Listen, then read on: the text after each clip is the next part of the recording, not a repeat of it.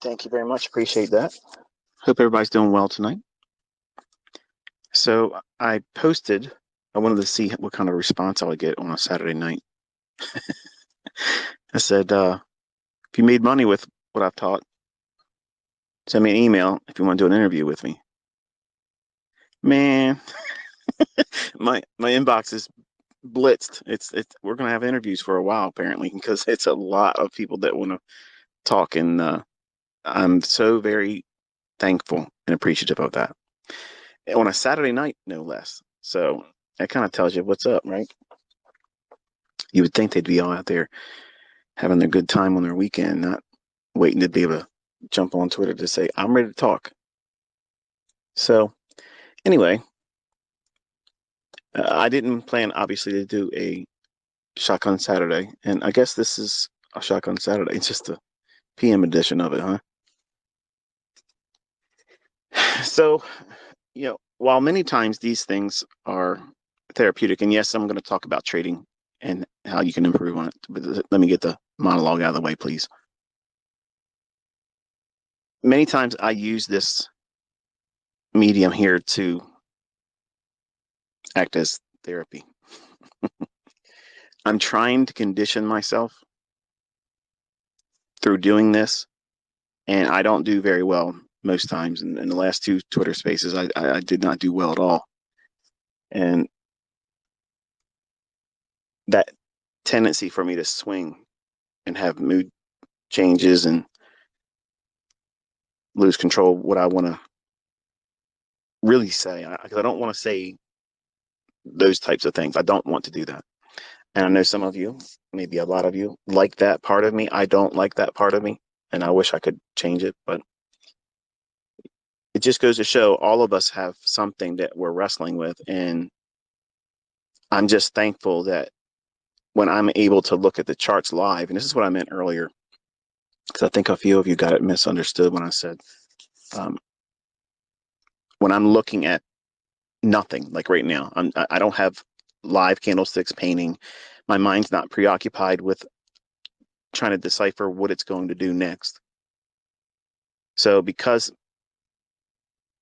I have an open field in front of me and I can run wild and nothing really holding my attention, that means I'm letting whatever thought in the first in the line, and whoever gets shoved out of the way and the next one jumps in there, that's kind of like what comes out of my mouth.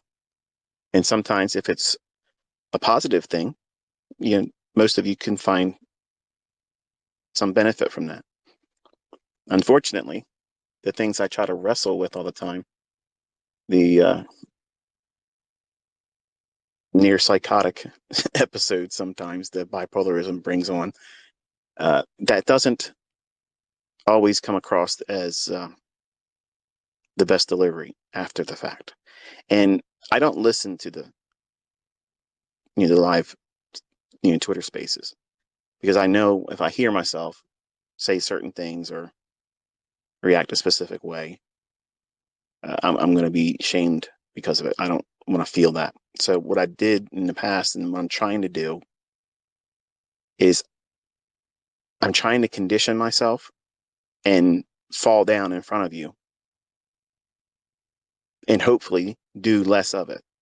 Because if I can do this the correct way, if I'm successful, and I might not be, but I'm trying very, very hard to do this. But it's difficult for me to maintain because I can't hold that state of balance. Sometimes I get wound up and rage kicks in. Sometimes, I get a little carried away and excited and have too much fun. And maybe the fun is what you like. And it feels good, admittedly, while I'm doing it. But then I feel convicted later on. And I wish I had the ability to talk eloquently all the time, but I can't. So you have to kind of let me be human, I guess, sometimes. And it's not an excuse, because I'm not looking for an excuse. I'm not looking for anybody to give me permission to act out. But all of us have these things inside of us, not maybe to the extreme that I have.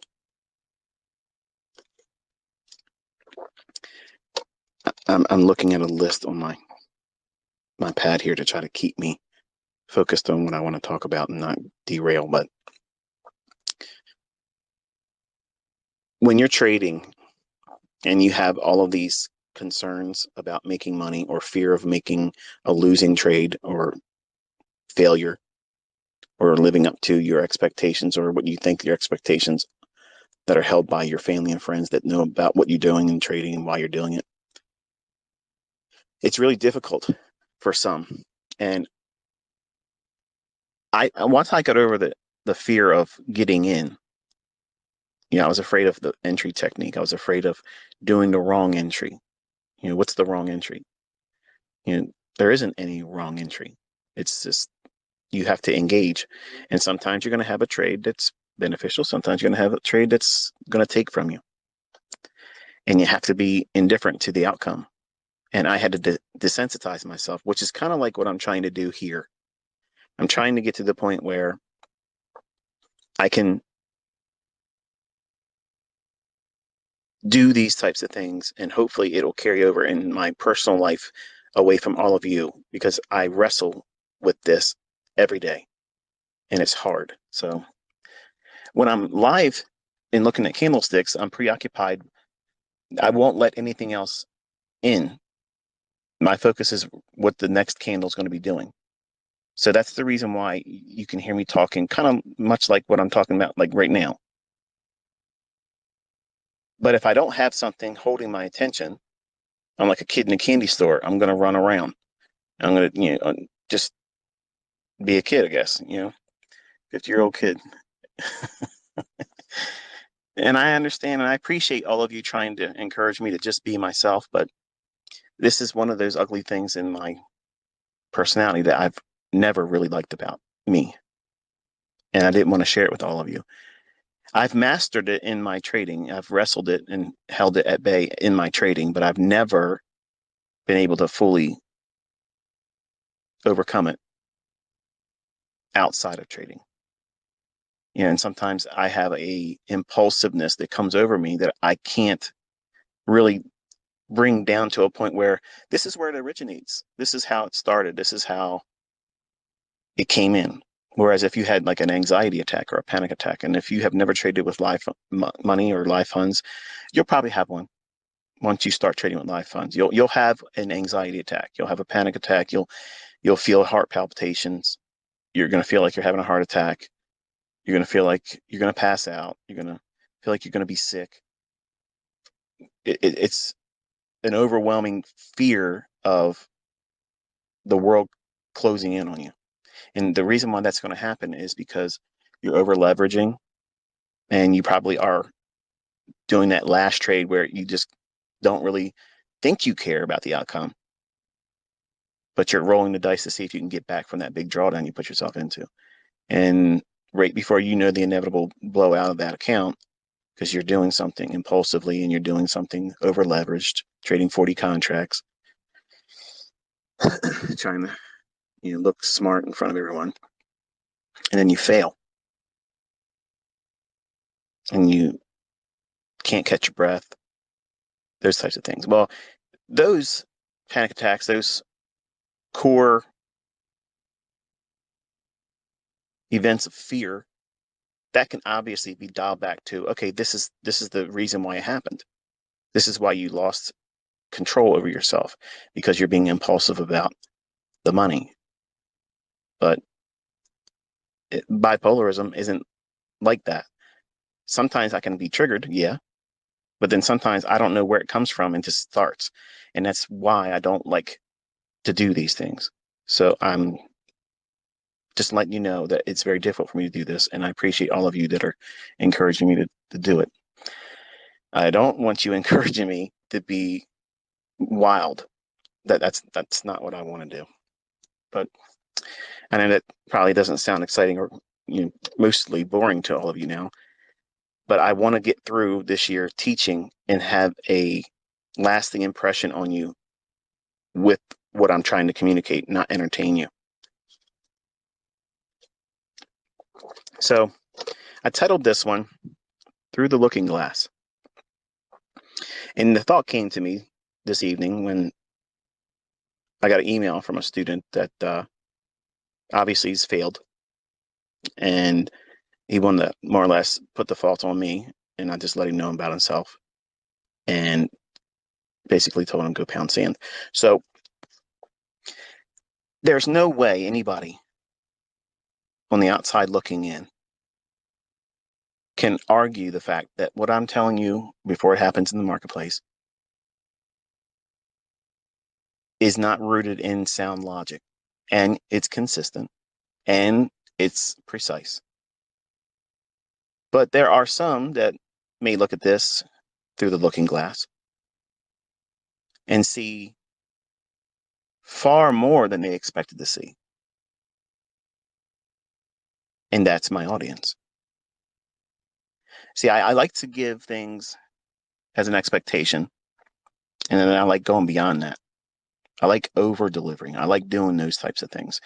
I like conditioning you as my audience and my student base to just expect, well, this is going to be good. But then you're floored because I give you even more than that. And I open up the curtain a little bit more, pull back the veil, and you get to see that there's absolutely crazy precision that's predictable, that you can lean on the logic and do these things on your own. Maybe not so much right now, but you're learning.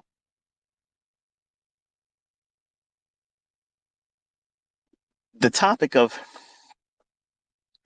submitting to trades intraday and seeing folks say in the comment section, they can see it as I'm describing it, and they feel empowered by me explaining beforehand what happens and what's likely to happen.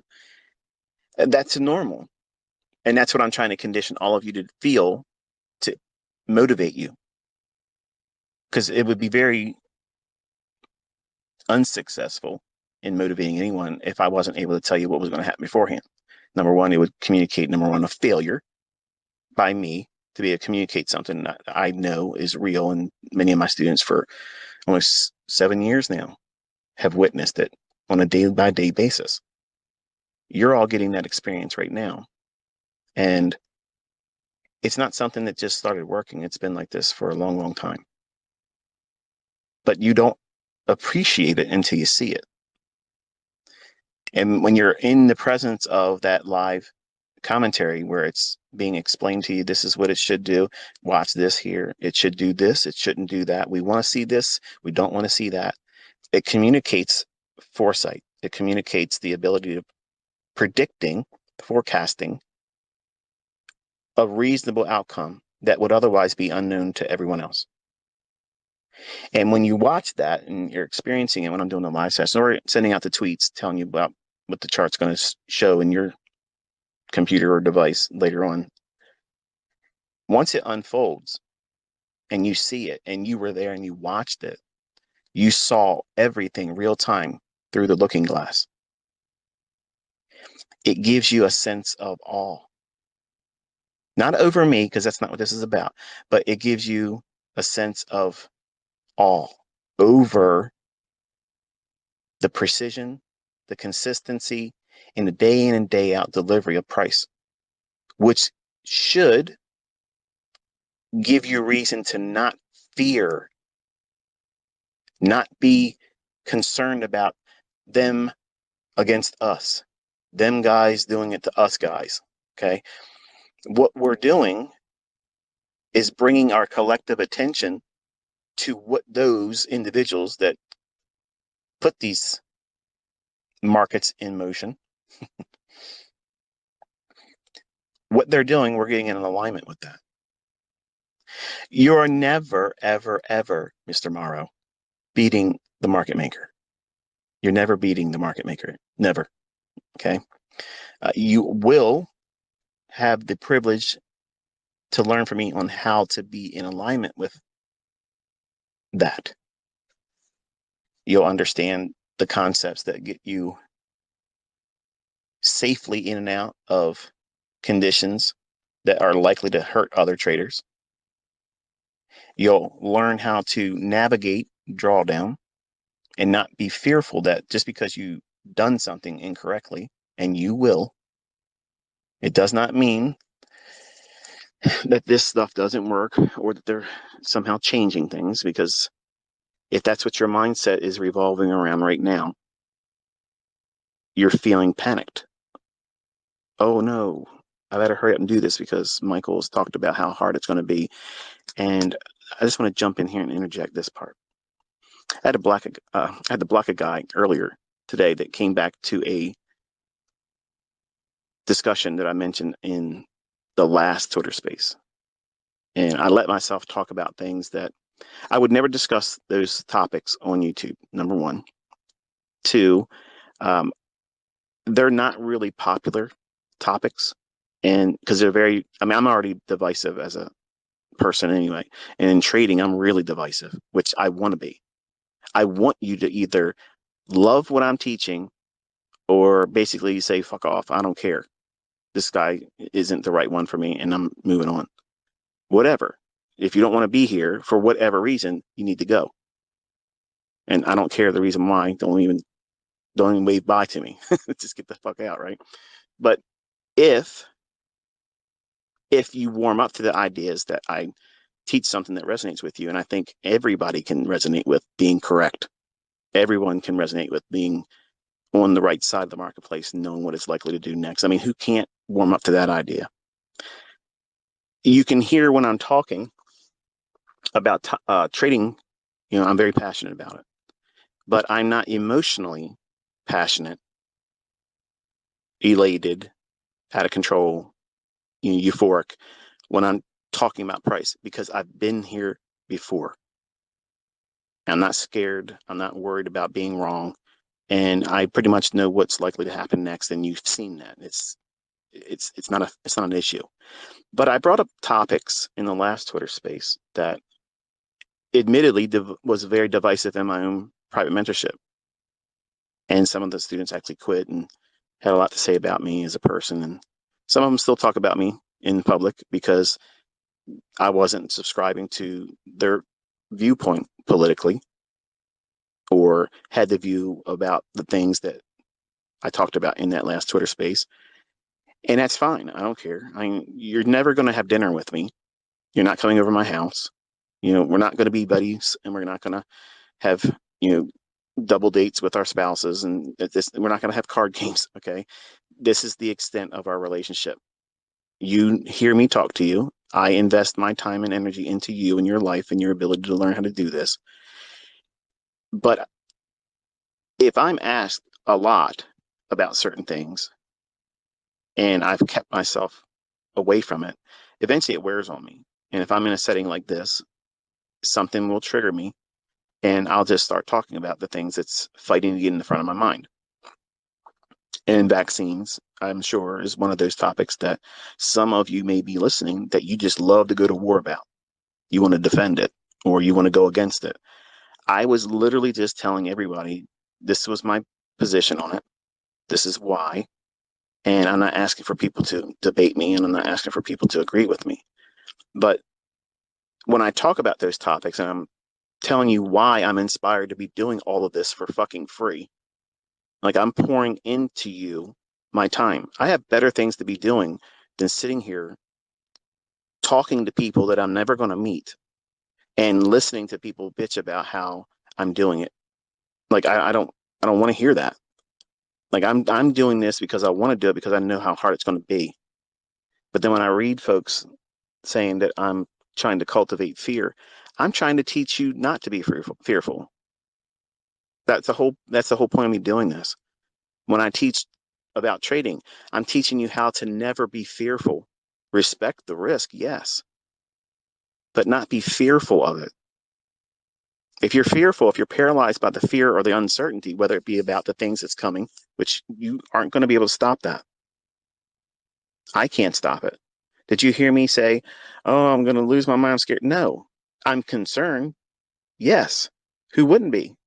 But you can't walk around in denial thinking like the last 3 years didn't happen, because there's more things coming and you need to make your house ready. So I'm trying to give you a skill to help you do that. I'm not trying to scare any of you, but some of you that are very weak, and I was a weak man after 9/11. When that happened, I was paralyzed by fear. And I lived with it for a number of years until I was able to defeat that. I am not a person that has anxiety. I'm not fearful of what these fuckers on the internet talk about. I don't give a shit about your bullshit lawsuit. I don't give a shit about what you think you could do in a trading competition. I ain't seen nobody on that leaderboard I recognized yet. I'm not worried about that stuff. That does not bother me.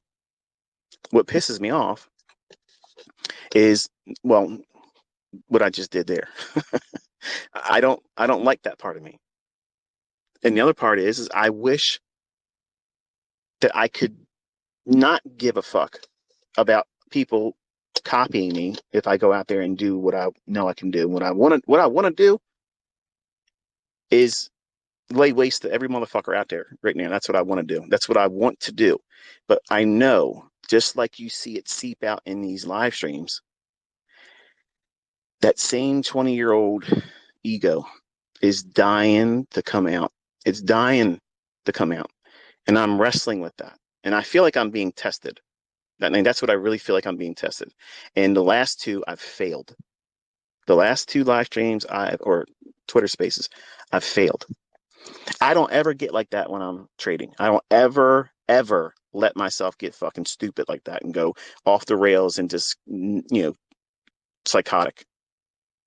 Now, when I'm done, releasing all that stuff, I feel balanced. Once the Twitter space ends, I feel balanced. And then I feel convicted. I feel I shouldn't have done that. And then I feel regret. And I feel ashamed and embarrassed. And I feel like I am not a good role model for some of you, especially the young men, who may listen to me and think, well, he does that and talks like that. And that sounds empowering. That sounds alpha. It's weak. It's what it is. It's weak. And I wish I didn't do that. But I'm thankful that you all recognize that I'm not in any way, shape, or form emotional, good or bad, when I'm talking to you about what Price is doing, which is why I've done so well in it, because it's like meditation. It is allowing me, when I do it, to look through a looking glass and focus on one thing.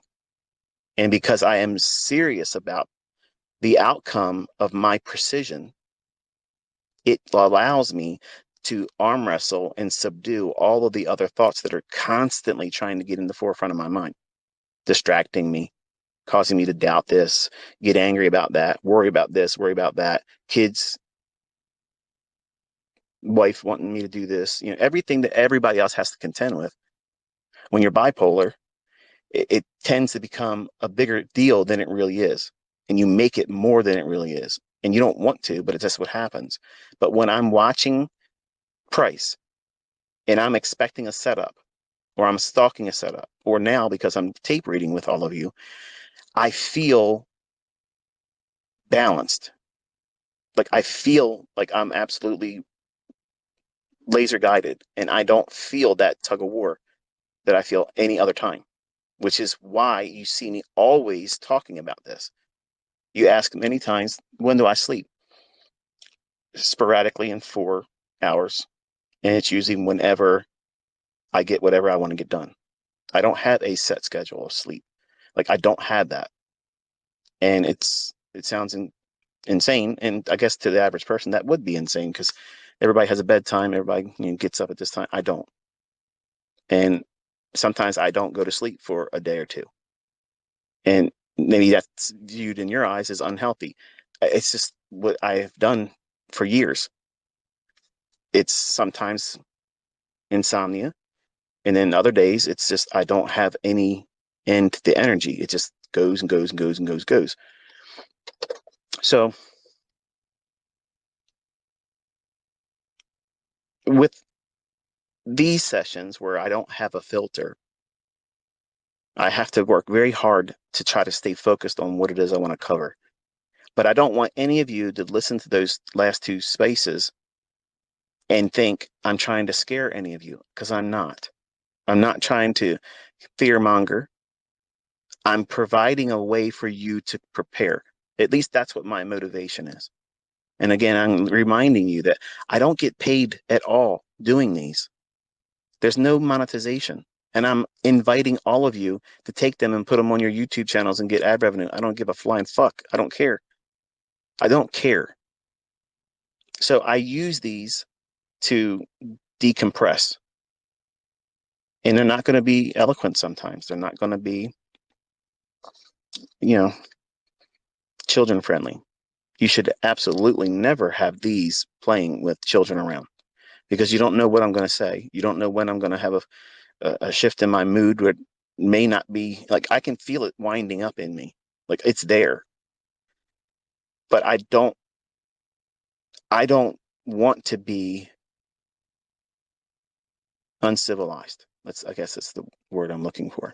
I don't want to be in a position where the father or the mother or the couple that are listening to this expecting the same inner circle trader that's on YouTube, the boring, dry, mundane delivery of okay, but I put people to sleep over there, and I understand, but here that I don't have the safety net like I do when I do recorded sessions where I can edit out those things, and I might go off and start talking about things that are not so family friendly and use language that if I was in better control of myself, I wouldn't reach for. So for those individuals that do have children and that made the mistake of trusting me in these instances and having that in your mind is this is how I'm going to talk, and then you hear that, I apologize for that. But I can't, it's not like I come here, I'm not wanting to do that. So anyway, monologue's over. So when we're looking at price action, and you've probably seen enough of it over the last couple of weeks now, there's a lot of different approaches that trading can give you for a model approach, what style of trade you're going to be. You're going to be a day trader, you're going to be a scalper, or you're going to trade the entire daily range.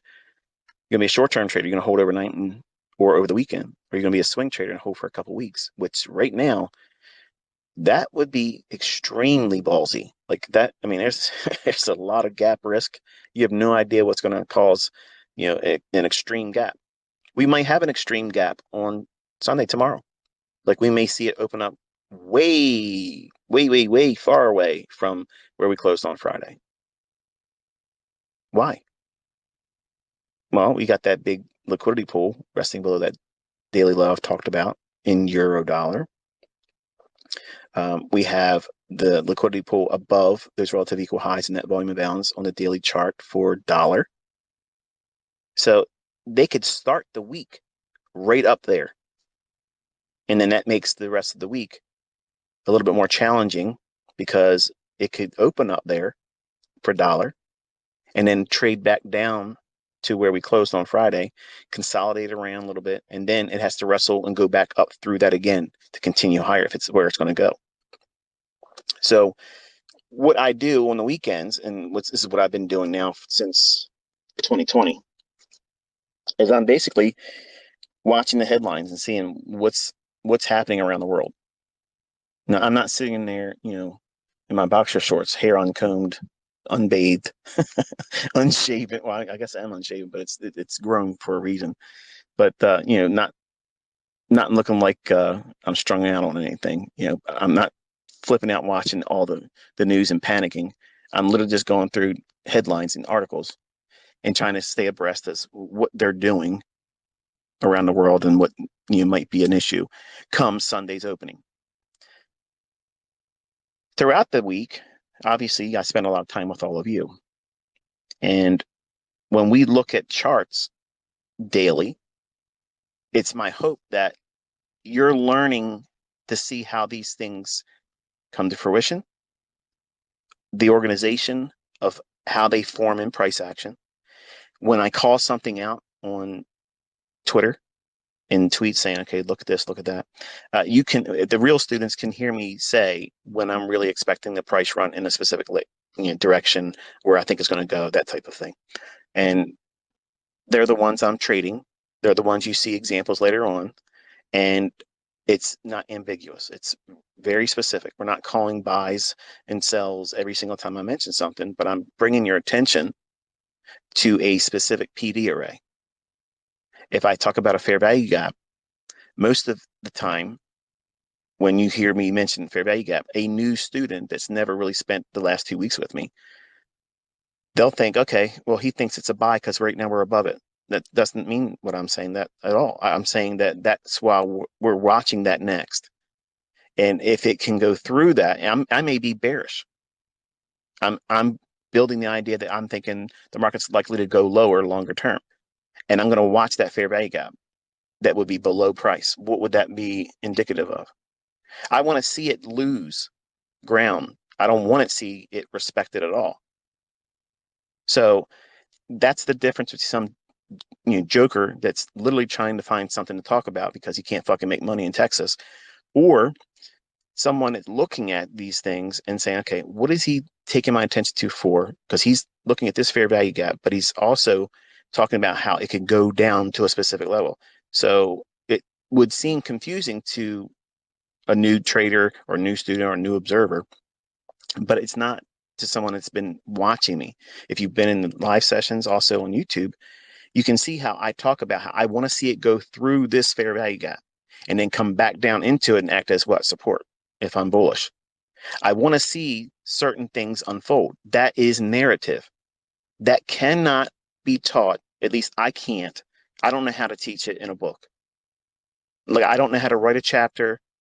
I don't know how to send a bunch of tweets. I can't tell you audibly like this. Like, you got to watch me do it. That's the only way I can describe it. I might not be successful this year. That's what I'm afraid of. That's why I said, if you have any faith, pray for me to be successful in this, because I'm trying very hard to find a way to reach as many of you as I can, because I know that there will be some that I won't reach. And it's not for a lack of trying, because I'm fucking trying. But it's very difficult for me to explain something that needs to be viewed real time, watching it happen and explaining why this is the case, which is why most of the people out there that have tried to take my content and make their own little mentorships and shit, that's why they won't ever do what I'm doing. And Dave, I see your tweet saying that you do more than me and all that business. I would love to see you live stream this week, but don't put all that stuff on your charts. Keep your charts clean and I'll be able to watch it. I can't watch it when it's all that scribble stuff on there. No disrespect, but you're talking a lot of stuff right now, and now I want to see you do it. So Dave teaches FX. I think that's what your Twitter space is or something, or maybe it's your YouTube channel. Now everybody knows about you, and I'll be watching your live stream this week. So entertain me. I want to see what you're doing.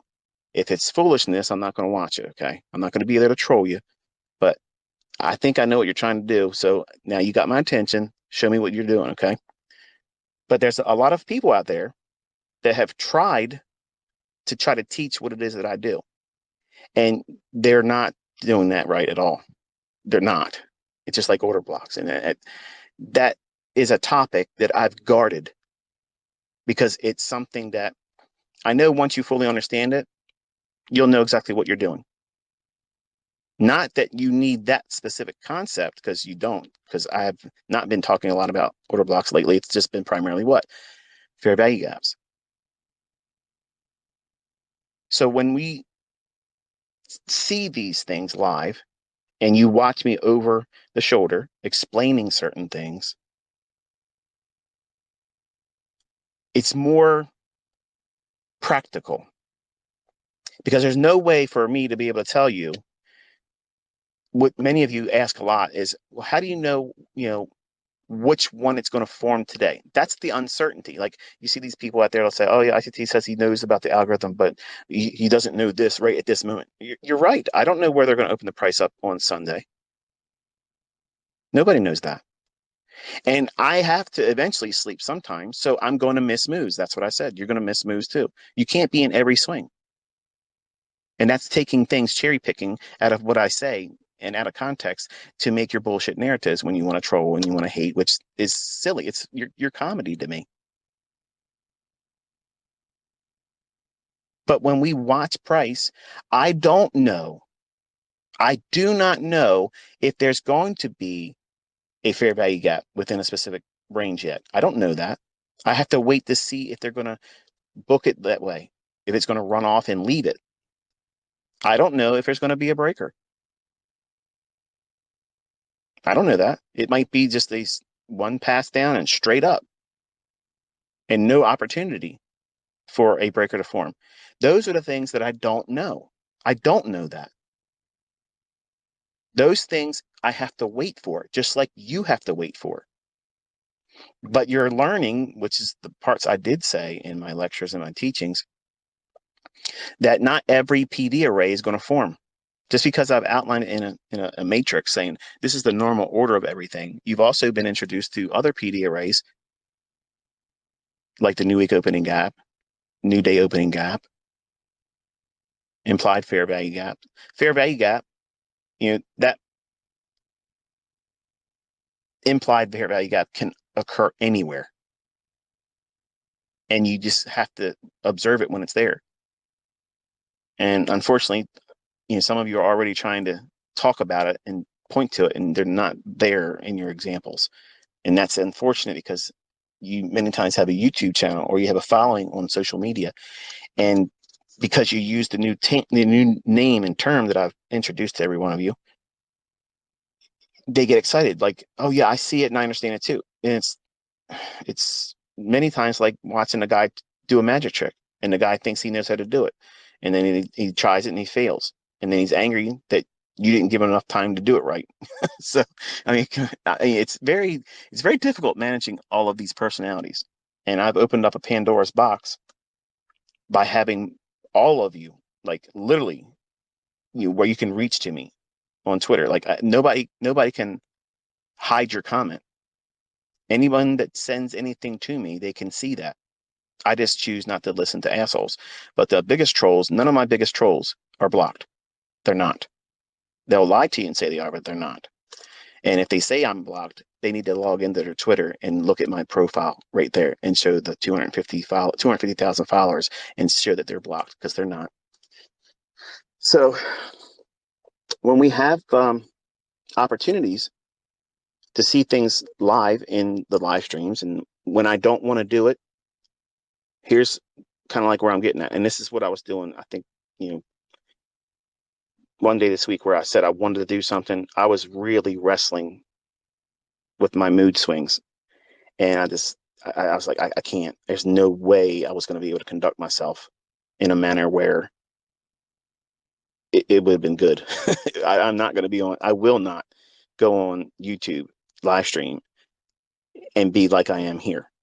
And I knew, looking at price even that day, because I was angry about one of my sons. He has a girlfriend that we don't think is, healthy for them right now. They're too young and there's too much drama with it.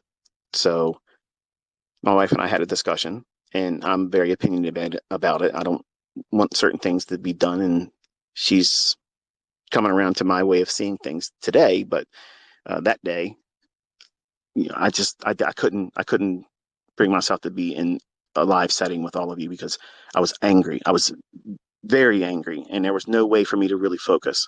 Even looking at price, it would have been difficult for me to keep my focus on that. So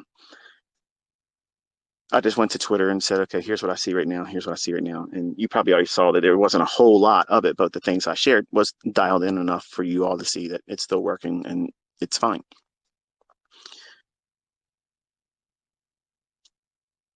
The idea of these funded accounts and the 5 handle moves and such, I see a lot of you are getting confident with that now. And I appreciate your willingness to share your observations and such. And I love the fact that I made this much money with this trade, ICT has toned down. I appreciate all of you helping me in that regard, because it creates an emotionally charged endeavor here where I'm loving what I'm doing, but I don't want any of you to get hurt. And if you're pushing the button and you're trying to, impress me, you're not impressing me. Even if you make a lot of money, I'm going to be angry.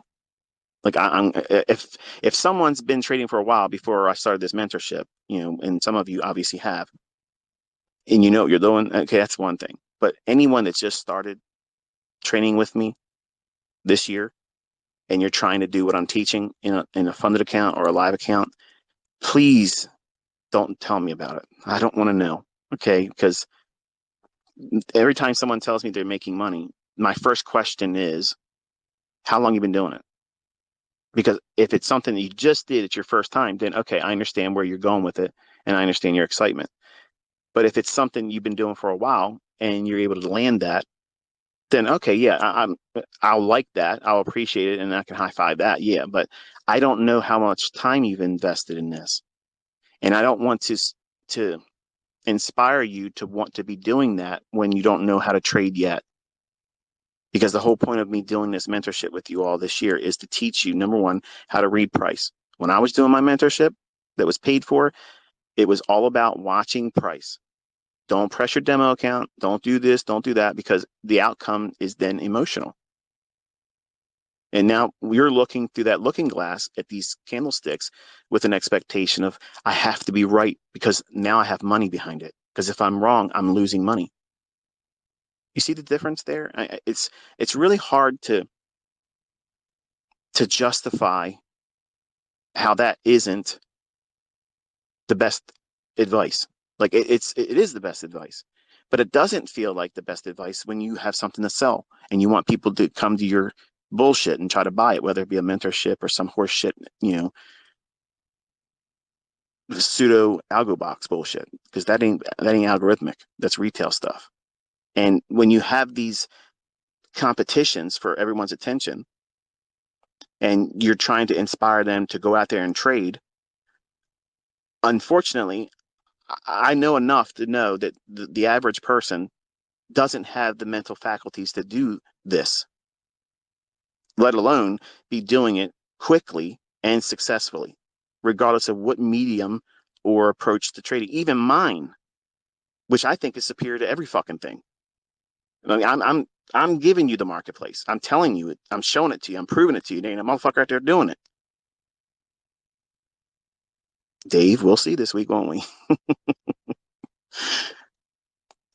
the the worst thing you can do is be inspired by me or anyone else to go out there and try to trade and feel like you're ready. Because these same people that tell you to do that, they're falling on their face when they try to do it right in front of you in their live streams. Or they won't ever do it. They won't ever step out there and tell you what they think real time every fucking day, because they know they will fail, and they'll pull some comedy show to try to cover it up. No, there's no emotion. There's no emotion. This is what it is. Market's going to do this or the market's going to do that. If you don't know, you say you don't know. But you better not say I don't know every day, because then guess what?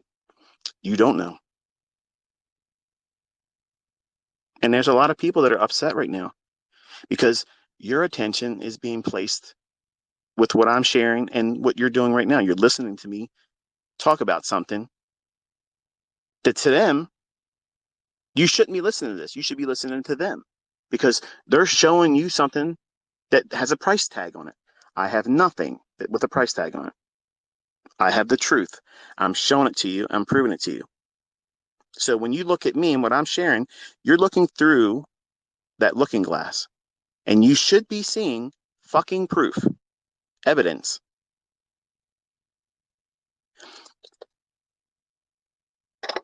There's a lot of YouTubers out there that I hope I can help.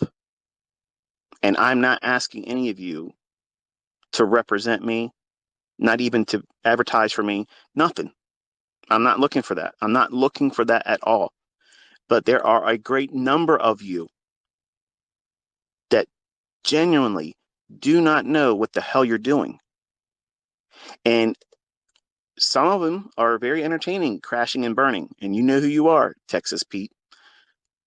But there's other ones that are very sincere out there, that they are cordial to their audience. They're very respectful, modest, and they just aren't doing very well.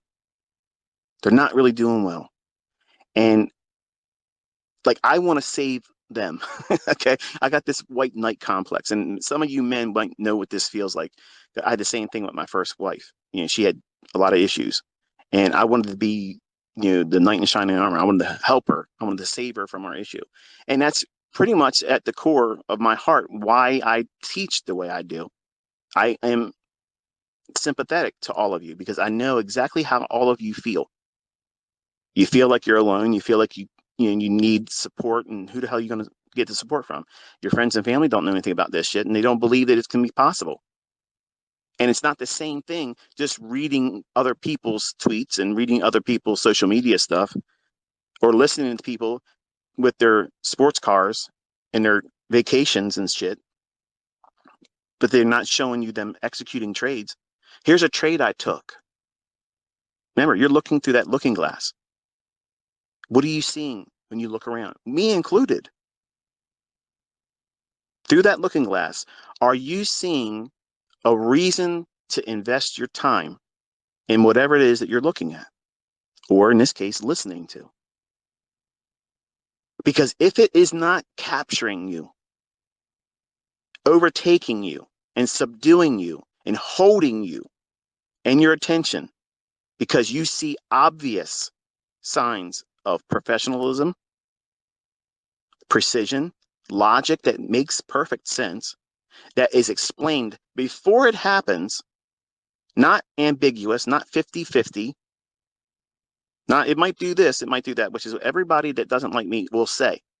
But they're leaving out the parts where I say, but this is what I want to have happen. This is what I'm looking for. I'm waiting for this. This is my setup. This is my trade. If I'm wrong, this is what it's going to do, and I won't be in the trade. I won't be hurt by it because I'm looking for this trade to unfold. That's what you want to learn from a person that can obviously outline what makes this work. How will you fail? How can I do certain steps to avoid failing? Avoiding entirely is impossible. But much like when you're in flight school and you're trying to learn how to fly, what's one of the things they put you through as a pilot? You ever think about that? They take you up there and they tell you to turn the fucking engine off while you're in the fucking air. Like, what? Are you kidding me?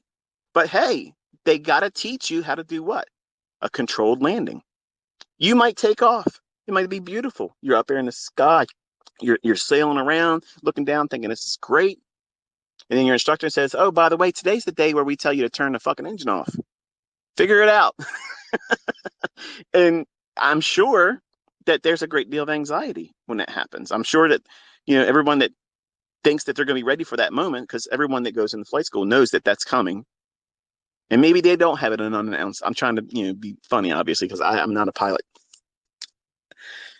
But I couldn't do that. Like, I honestly, I know I'd flip out. There's no way. First of all, I could not have the focus. You wouldn't want me. You wouldn't want Ratchet ICT flying your ass anywhere in an airplane because we're probably going to get down real fast, and not the down that you want to get down with. And so,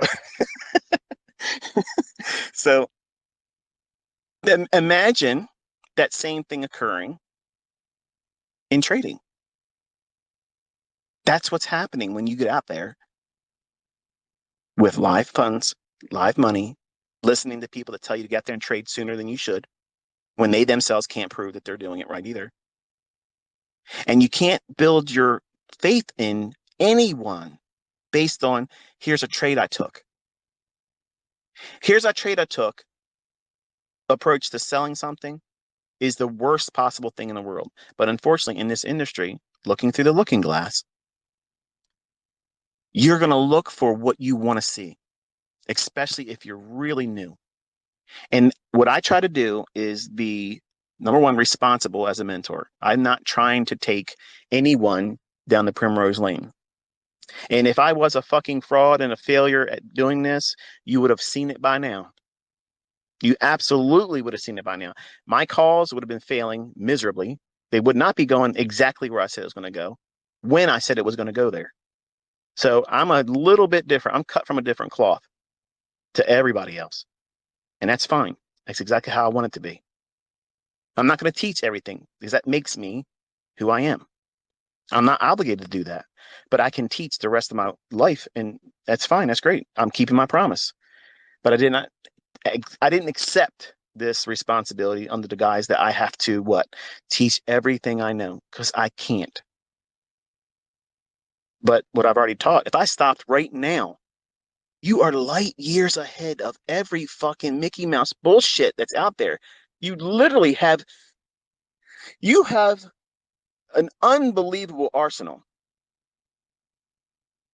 But much like when you first handled a firearm, oh, here we are. We're talking about topics. I don't like that. Look past it, okay? You never handled an AR-15. Never broke it down, never cleaned it, never did any of that stuff.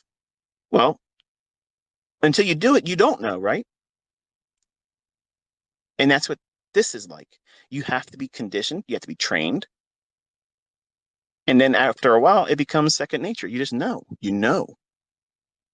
And maybe some of you are going to have to take a little bit more time than just this year. And guess what? That's absolutely acceptable. It's acceptable. And you have to give yourself permission, because if you wrestle with that or fearful, what if I don't learn it? Because I've told you there's a deadline to me doing this everyday live streaming stuff. Obviously, you've seen this week. It wasn't every day, was it? I told you prepare yourself, because there's sometimes my personal life may take precedence. Remember, I'm not obligated to do this. But you're going to find that if you're pressing yourself into a time delivery of you being successful, when you do that, and when you do this with everything that you try to rush through, like weight loss or gaining muscle or trying to get flexible, whatever it is, you can't force a timeline, deadline. This is when it's going to have to be. You don't know. You don't know when you're going to hit that weight goal. You don't know when you're going to get that bench press goal. You don't know when you're going to get that threshold of crossing over in your experience where you know you can trade live funds. None of you can time that. None of you can do that. None of you. Why? Because you have no idea what the variable rate of understanding is going to be for you. It's all unique to you. You can't say, learn it in 40 days, learn it in 120 days, learn it in 6 months, 1 week workshop. That's nonsense. That's absolute nonsense. You can't do those things and expect the outcome to be universally the same. Absolutely not. And it's not even going to be in the majority. That's why these people that market that kind of stuff, they fail. That's why they're failing. And they don't like what they're seeing with me, because they see me teaching with a demo. They see people going out, what I'm teaching with a demo, they're going out there and making 6 figures with real money and being interviewed by companies that paid them that money. That's hurting their ass. Their assholes are chapped. And I love that. There's nothing you can do about that. You can't argue it. You can't wrestle with it. I mean, I guess you can wrestle with it, but you're going to lose. And all of you that are paying attention and looking around, you're seeing folks do that. And I have an inbox full of shit like that now. And you're all going to see their faces. And I'm going to do my best to have a outline.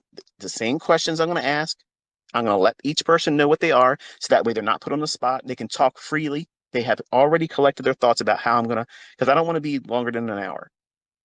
That way, I'm going to ask the questions and I'm going to sit there and let them talk.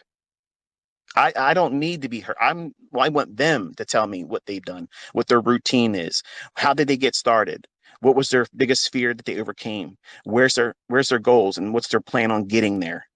These are the types of questions I'm going to ask. And everybody's going to have shit different. And that's going to be interesting. I know for me, it's going to be, I don't give a shit if anybody else likes it. I'm giving these students the opportunity for me to sit down with them as close as face to face can be. Yes, I will show my face there. And you'll see I have more than one white cap. I have other colors too, guys. I might shave my head because everybody wants to see me bald. Summertime, I might do it. I ain't afraid of it. So the good grief, you'll hear these folks give you their stories and share, and I'm going to treasure that. Like that's exactly what I want this to morph into. I'm doing this because I want all of you to be generous with your story with me. Tell me what it is that you're doing. If you want notoriety, apparently I have an audience that looks at this stuff, and I'm going to share if you want me to. Not that I'm going to just do it, without your blessing, but if you want your socials shared, I'm going to give you the opportunity to do that. So it gives you a stage. If it, like there's a young man out there, Paladin, he's trying to get a course together how to beat these funded accounts and have all that stuff. He might be teaching some of the stuff that he uses while he's doing that he's learned from me. I don't give a fuck. Okay, I don't care because number one, he's publicly stated that I had a small part of what he was able to do, and that's wonderful because now they know me, and then when they hear me, they talk about you know how did you learn, and I give all the glory to God. That's how I want it. That's the exchange rate here. Okay, that's all I want. But he's trying to build a course or whatever, or some kind of mentorship to get funded and pass them. You know what? Go for it. That's something I'd get behind. Say, you know what? Do it. And some of you may be wanting to run signal services. And guess what? I have a lot of students that can't do this. When's the last time you heard any educator, any guru, furu tell you they got failed students? Everybody makes money with their bullshit, right? Get the fuck out of here. It's real. I don't lie. The bottom line is this stuff is complex. This skill set isn't going to happen overnight. And a lot of people came to me like they go to anybody else. Give me the 1, 2, 3 fast track. I need to learn how to make money right now. I'm broke. And if you can't do it, you're a fraud. Fuck you. How's that work for you? The bottom line is this: you're going to work your ass off in this industry, no matter what you do. Period. Period. And time is going to be a whole lot more spent than you wanted to spend. It's going to take you longer. It's going to be more effort on your part. You want to learn how to trade? I've already taught you. You want a routine on how to go in and do those things? That's exactly what I'm teaching you this year. A day in and day out. This is what we're looking for. This is what it looks like. This is how it repeats. And we aren't afraid of signals drying up and not working anymore. I know that I'm going to have a setup. And this is what pisses people off that don't like me. I always have something. I always have an ace up my sleeve. You're damn right I do. Because that was a weakness. I needed to know I had more weapons than just a stochastic and a moving average. Because that shit didn't hold up long. And the markets are more dynamic than just one way. You have to have a tool that is useful for any market profile.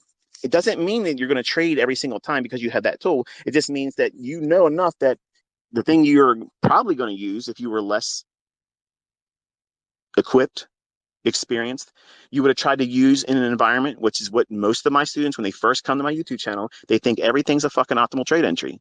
They think every rally up is going to set up a sell, and every rally down is going to set up a long.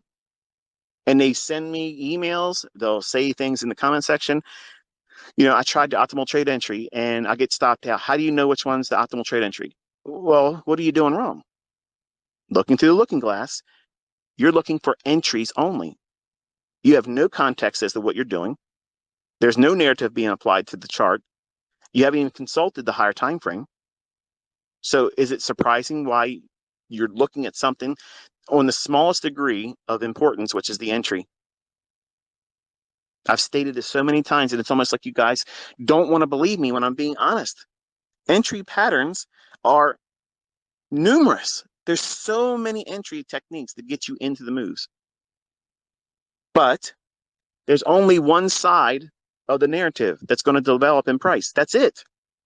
You're not going to change that. The buying, selling, and pressure doesn't change it. The narrative is going to unfold. And that's just the way it is.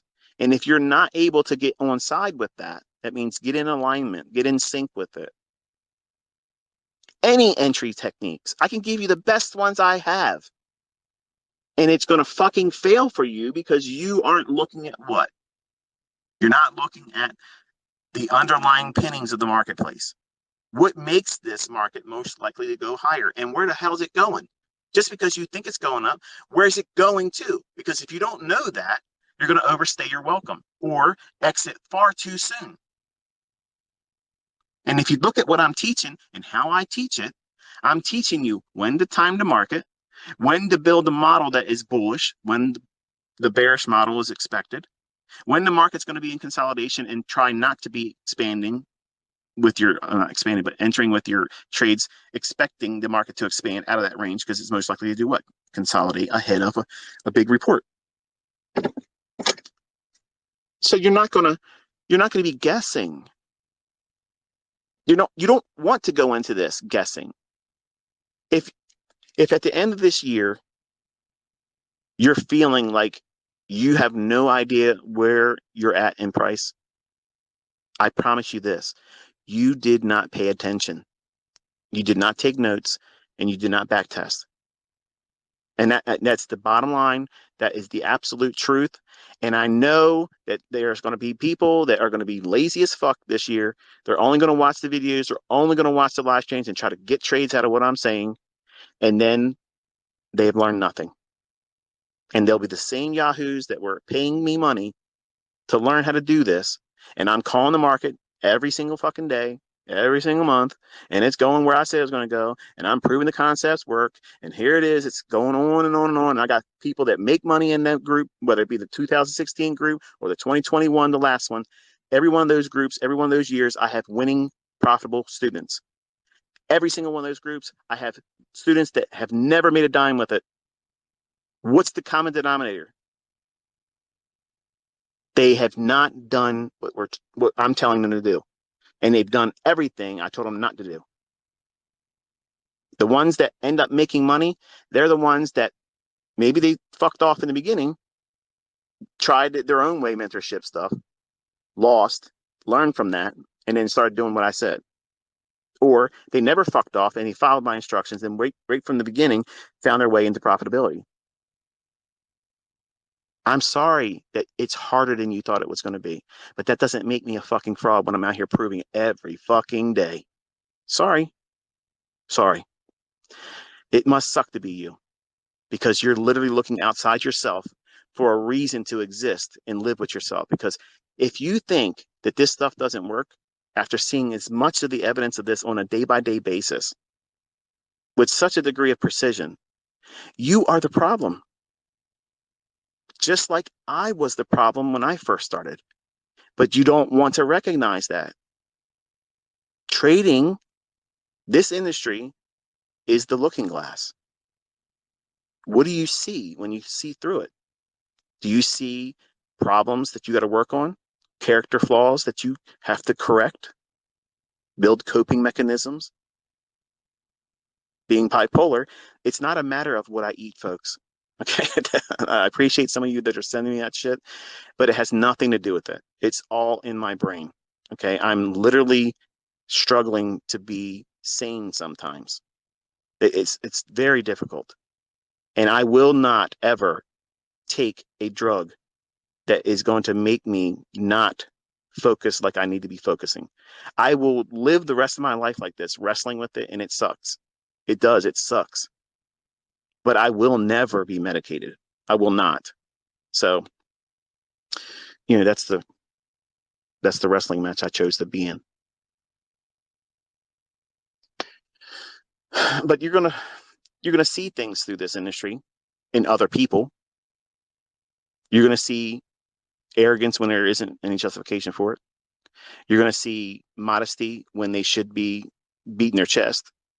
You're gonna see folks fail miserably and deny that it was them,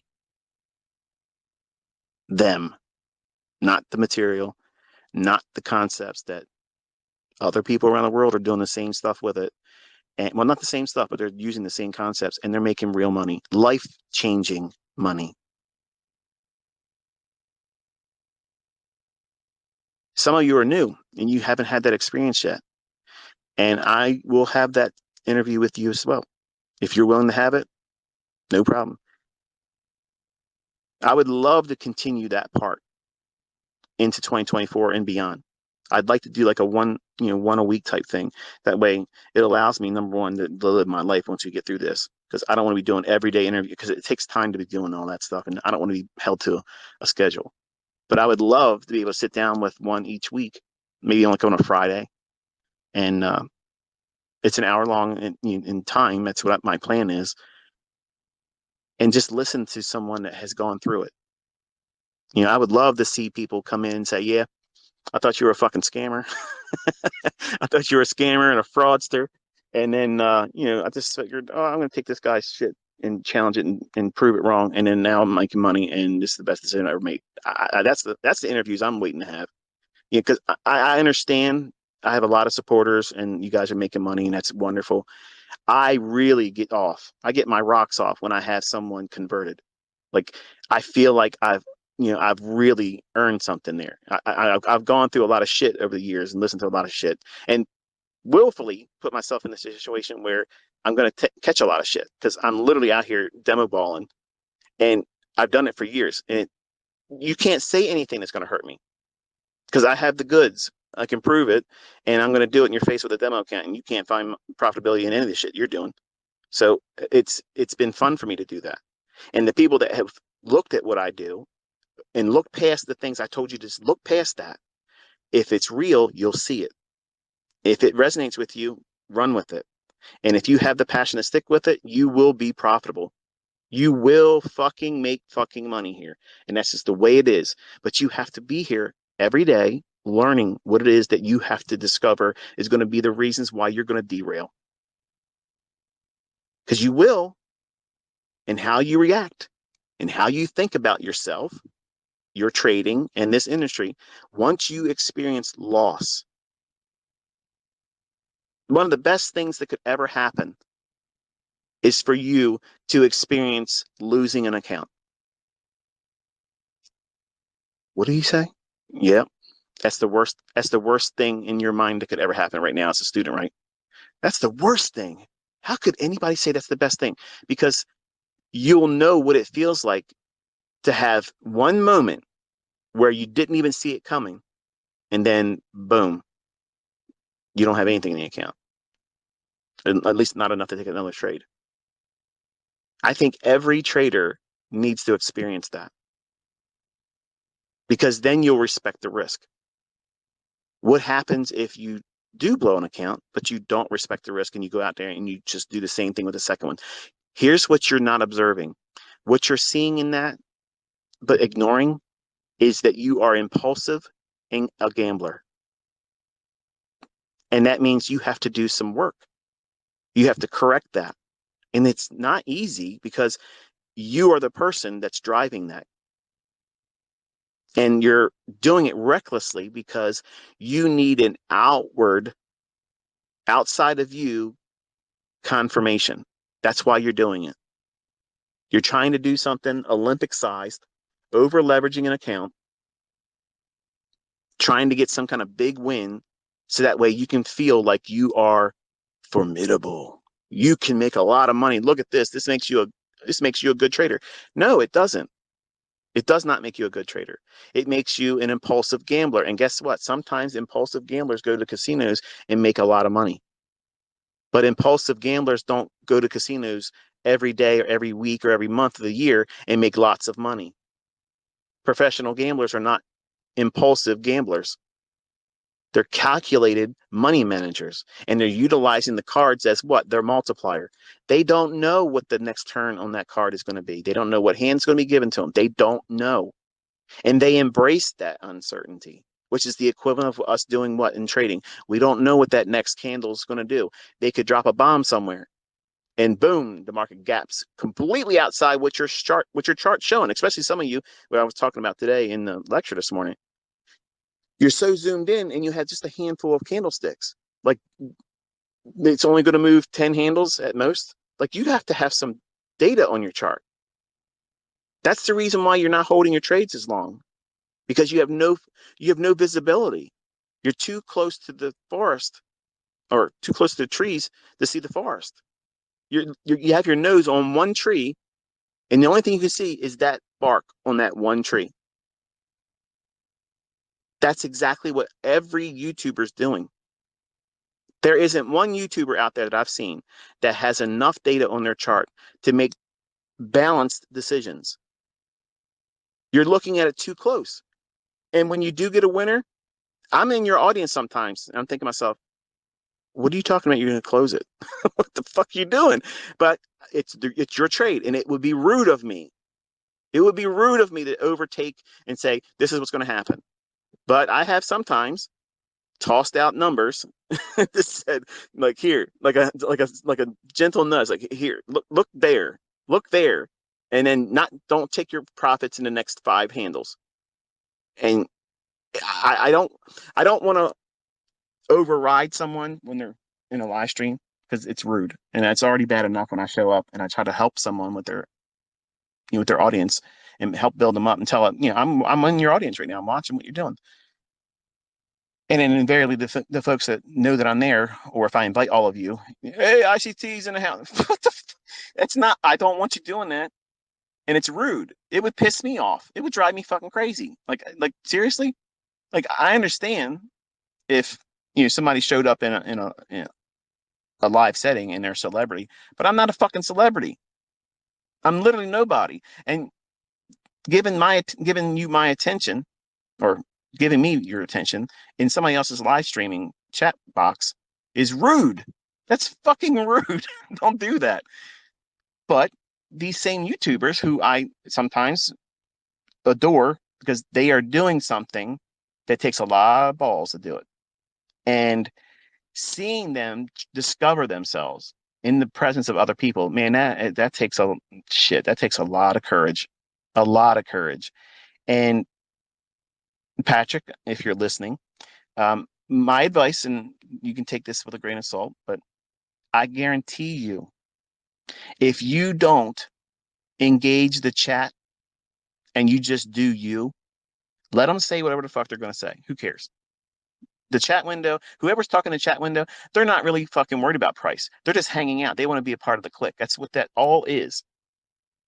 And they're not going to learn anything anyway. So just let them have fun in there. Who cares?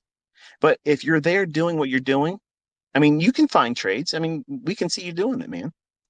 Just focus on what it is you're doing and fuck the bullshit. Don't let them distract you. That's why I will never do that. I can't have a window where people can talk, because I'm going to look at the cars going by and I'm going to chase the right one. That's what they want. They want me distracted. I'm never going to give that to them. I'm not going to do that.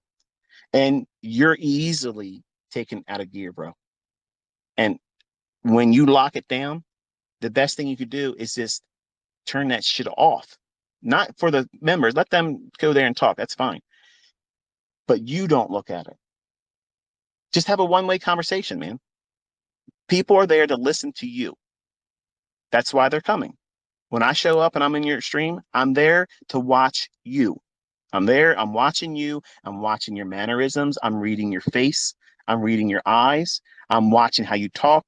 I'm watching you fidget around in your chair. I'm watching you shift around. I'm watching you get frustrated when it ain't working. I'm listening to how you talk to yourself. I'm watching all that stuff. To me, it's a social experiment. I'm watching you find yourself, and I'm also watching you wrestle yourself.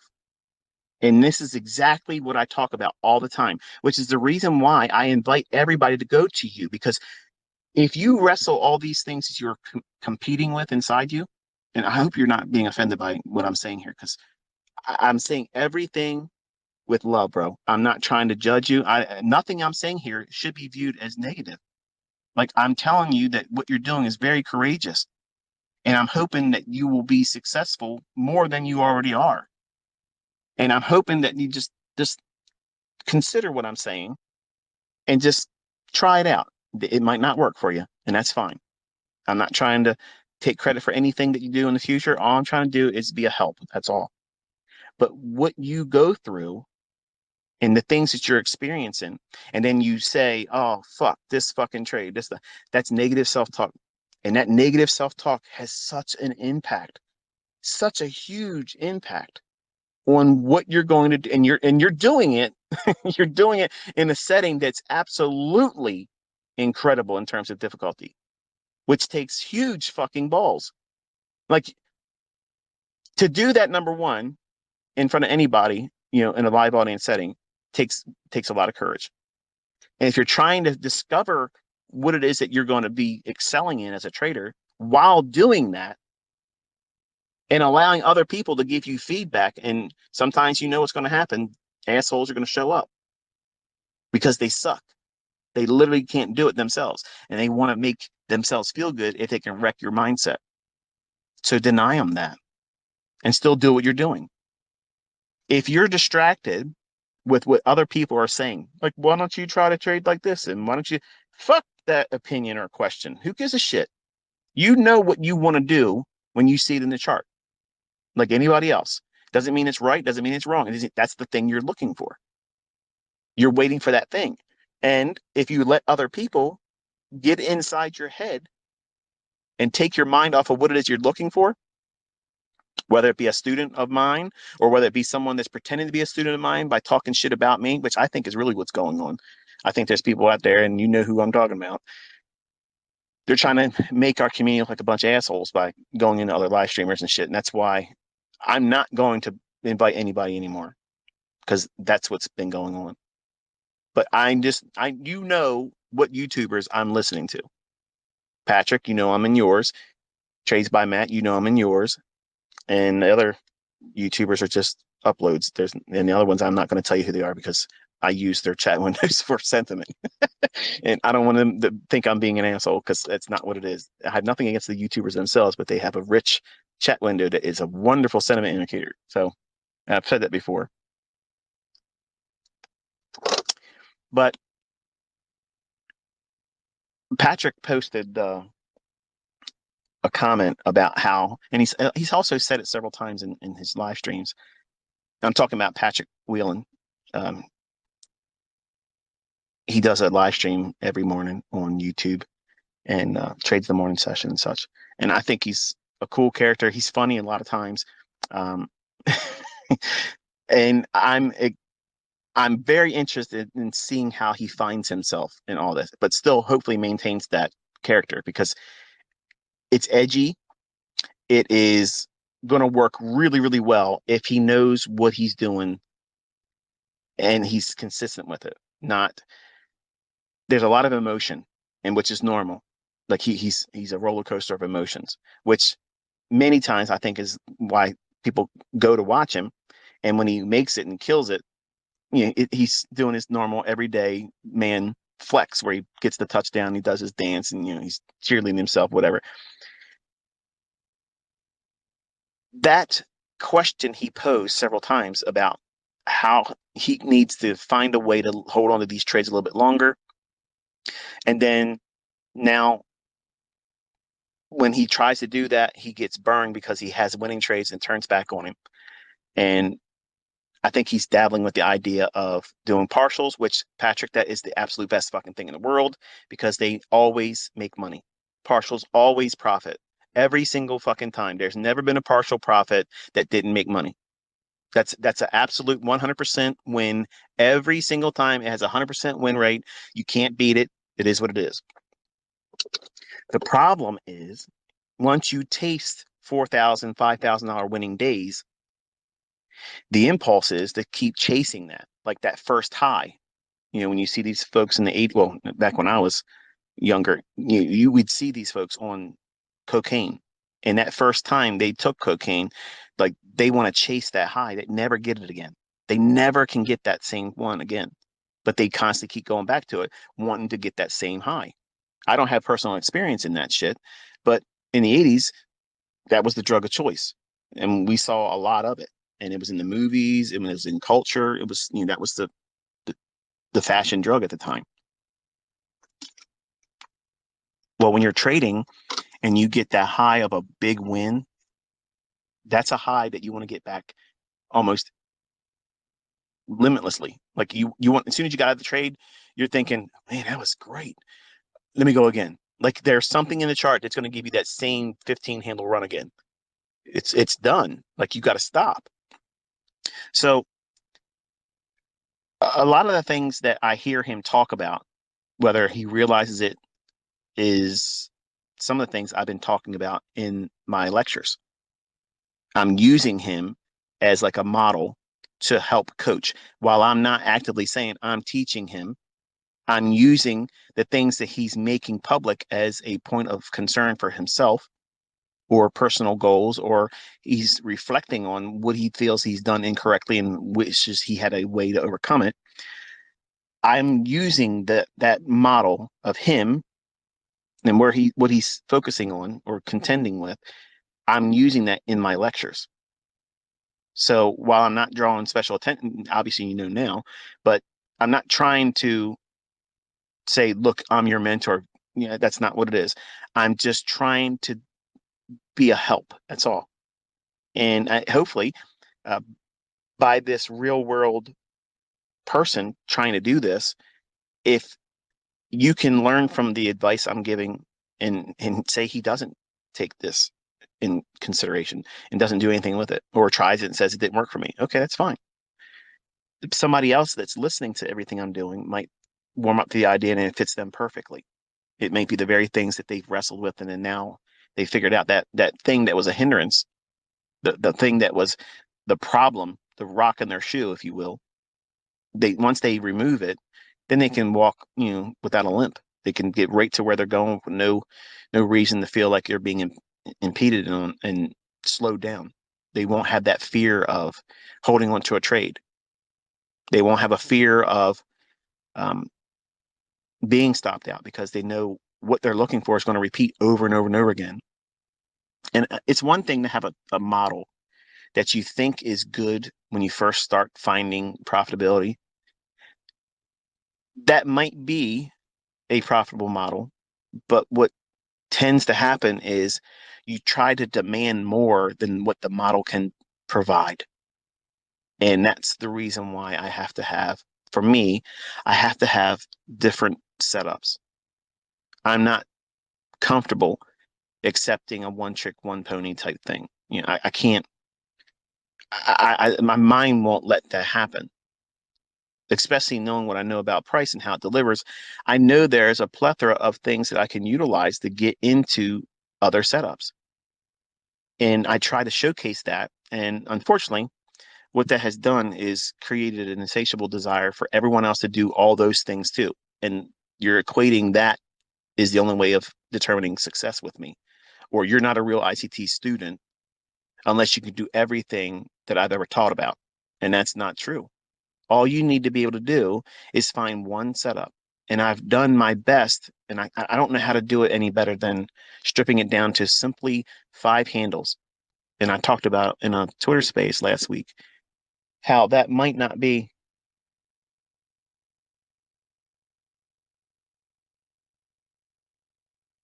It sounds like someone just got shot, to be honest with you. Hang on one second. I'm in my Highlander down in Bel Air, but it just sounded like somebody just shot off 3 shots.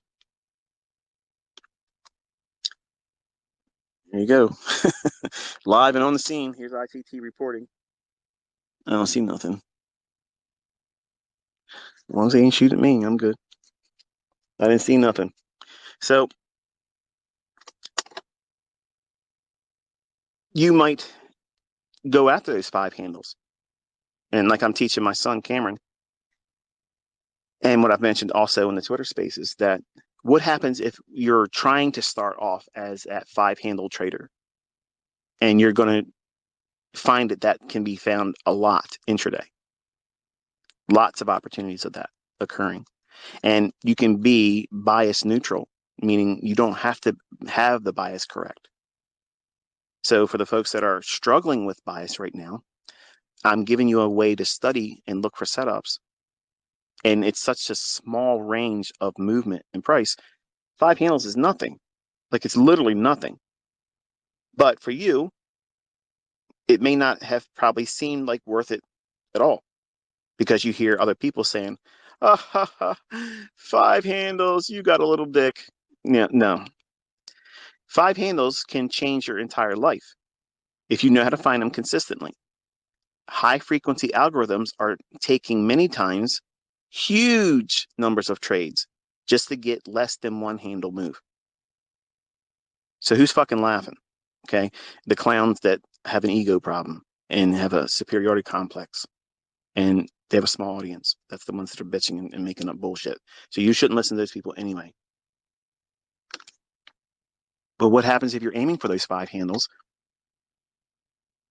but you don't have the confidence yet because you're new, and that's understandable, but you take it off when you get 3 handles. And you do that for months until you find that level of comfort doing it. Because some of it is going to be requiring you to do things longer than you think it's going to take right now. And when I just said that, what? Several months. And some of the trolls are snickering and laughing. He said do 3 handles for months because this is hard for some people.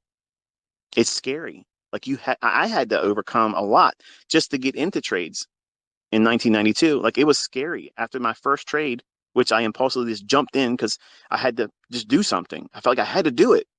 And if I could be honest for a second, it was much like when, maybe this doesn't make sense. I think I've talked about this before. My son Caleb said that he understands this perfectly, but it might be a byproduct of us having the same DNA too. But have you ever drove your car? And I promise we'll come back to the 3 handle and 5 handle. I promise we're going to go right back to that. But when we have episodes where you're driving, okay, just say I've experienced that. Or if you never experienced it, but you think it's fucking weird and funny, respond on Twitter too. That way I know everybody's awake still. But you ever drive your car on a bridge and start questioning yourself, what happens if I just jerk the wheel to the right really hard and just go off of it? Like, and did you ever feel that and begin to fear your body just doing it out of just like it's going to do it and you had no say in it, and fearing that your arm's just going to do it like a knee jerk reaction, like a reflex? It sounds crazy to some people, but I promise you, in this audience, I guarantee you, some of you have experienced that. And you're thinking, man, I hope I don't drive off this bridge. You don't do it, but sometimes you start questioning, like, what happens if that happened? That would be embarrassing. No, you're going to fucking prison. Not prison, but you're going to the grave. And if you turn into a crowd of people or, do something like that into another car, you're going to injure somebody, then you're going to go to jail, right? Or die in the process. That moment when I got into my first trade in 1992 and I did that orange juice option, it was almost like that same feeling. Like it felt like it was an overwhelming, I have to do something, and almost like I didn't have any control over it. Like I literally was pushed subconsciously to make a dumb decision. And I know looking backwards at that moment, how it was one of the most reckless and just careless decisions I've ever done with money. And obviously the outcome showed me that that was careless. I lost 50% of what I put up in the option, which was a lot of money to me back then. And I just closed the account immediately after that. I said, okay, send me my money. I wasn't ready. I was scared that I was going to do something like that again and lose the rest of it, right? So you might have those impulses where you're fearful of what you might do to yourself in trading, which is what I had. And I had to be conditioned to go in looking at the market from a different approach than just one entry technique. It feels too, in my opinion, because I wrestle with all this bullshit, obsessive compulsive disorder, it feels too myopic for me to know only one way of getting into a marketplace. In my opinion of a highly efficient trader, they should have more than one way to get in. And I felt if I didn't have that, I was not properly equipped to trade. So I wanted to have a repertoire of things. Because in my mindset was, I'll have a tool for whatever the fuck they bring to me. Whatever that market's going to do today, I will have a trade. Now, I can do that today, but admittedly, that was a dumb decision, which caused me to make a lot of tweaks and mess with stuff and blow accounts trying to make things happen when I didn't have any proof behind what it was I was trying to force as a trader when I first started. And for some, if you listen to me as a benchmark of 5 handles, you're starting from ground zero. So 5 handles is a huge win.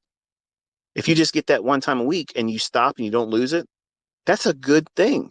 That's good, especially if you're doing it with one mini contract. You're doing $1,250 a week. Well, that's not entirely true, is it? If you're doing it multiple times each week, you can build it up to that. 25 handles. But if you do it every single day, do that, you're going to get it that way. But if you just, right now, for instance, the folks that are in Africa, you are challenged financially right now. And in Nigeria, there's a whole lot of shit going on. If you made $250 a week, just a week, that's life-changing over there. And some of you have done the math on that, thinking, man, I'm going to live a whole different lifestyle once this starts happening for me. But in the United States here, unfortunately, and this is not to talk down to anybody else in another country, but $250 doesn't even pay my fucking cable bill per month. So here we have a lot of expenses and we live lives that are really bloated with things that are just overpriced. And I'm not exempt to that. But these 5 handles can make a major dent, even with what I spend a month. I already told you, $1,500, $1,300, $1,200 of groceries. And I have not my full family. My 3 older children, they have their own places. They're outside my house. And I still have to pay a lot of money. In my opinion, that's a lot of money for groceries. So I know that all of you that aren't making a lot of money right now, and you're making whatever your job pays, and you have your families, you have your bills, your ends to meet, and you have all this stuff going on around us that's causing shit to get really expensive, like really expensive. The car I just bought my son, Cameron, Nissan Sentra, $28,000. That car should never sell for $28,000. They wanted $29,800. That was the lowest they were going to go. And I said, I will never buy another car from this lot again unless I get it for $28,000. So naturally, they sold it for $28,000. So I know it's hard for everybody else because it irks me to see what they're making people pay for now. And going to the grocery store and seeing how much shit costs, it's nuts. So now bring that into the equation, trolls, and folks that are trying to learn how to do this. They've never done it before. You have to have a goal to reach that's realistic, that it's rewarding if you hit it. And now I give you what? You aim for the 5, but to give yourself confidence, as soon as you get 3, close it and watch and see how many times it goes to the 5. That's what I had to do to build my confidence to get into trades. I conditioned myself that way. Cameron's in the process of going through that. He's going to go through that same process of you're looking for 5. As soon as you get 3, you're going to close it and then watch it. Does it deliver the 5? How long does it take? How much drawdown did you experience from the point at where you took off the 3 contracts? I'm sorry, the 3 handles in that one contract move. How much time did it take in drawdown before it went to the 5, or did it ever go there? Those things you keep a running log of. And you're going to be doing these multiple times intraday, which is why I'm telling you to get your $10,000 demo trade or demo account ready. Because I want you to be doing one mini, yes, with a $10,000 account, because I want you to see the effects of rushing in underfunded. But I'm going to show you how to correct the drawdown too. You're all going to create the drawdown because you're going to be doing things through ignorance. But I will teach you how to fix all that stuff and also how to fear getting in. I'm going to do the whole thing I did with myself and what I'm putting my sons through. You'll be able to accomplish beating that anxiety, that, performance anxiety is what it is. I'm afraid I'm going to do it wrong. I'm afraid it won't be like your trades are. I'm going to show you how to get past all that stuff. But for someone that's new, and I give them this model to start with, it's a looking glass. And it allows them to focus on what? Look for 5, be content with 3. And by conditioning themselves over and over again, intraday, using 1-minute charts, it gives them several opportunities per day to challenge themselves to have that experience. It's like a laboratory experiment. And you're going to be prompted to do that. And it's going to be viewed by the trolls as, oh, look at this. This is dumb. No, it's to help you become indifferent to the outcome, which is exactly what you need as a trader.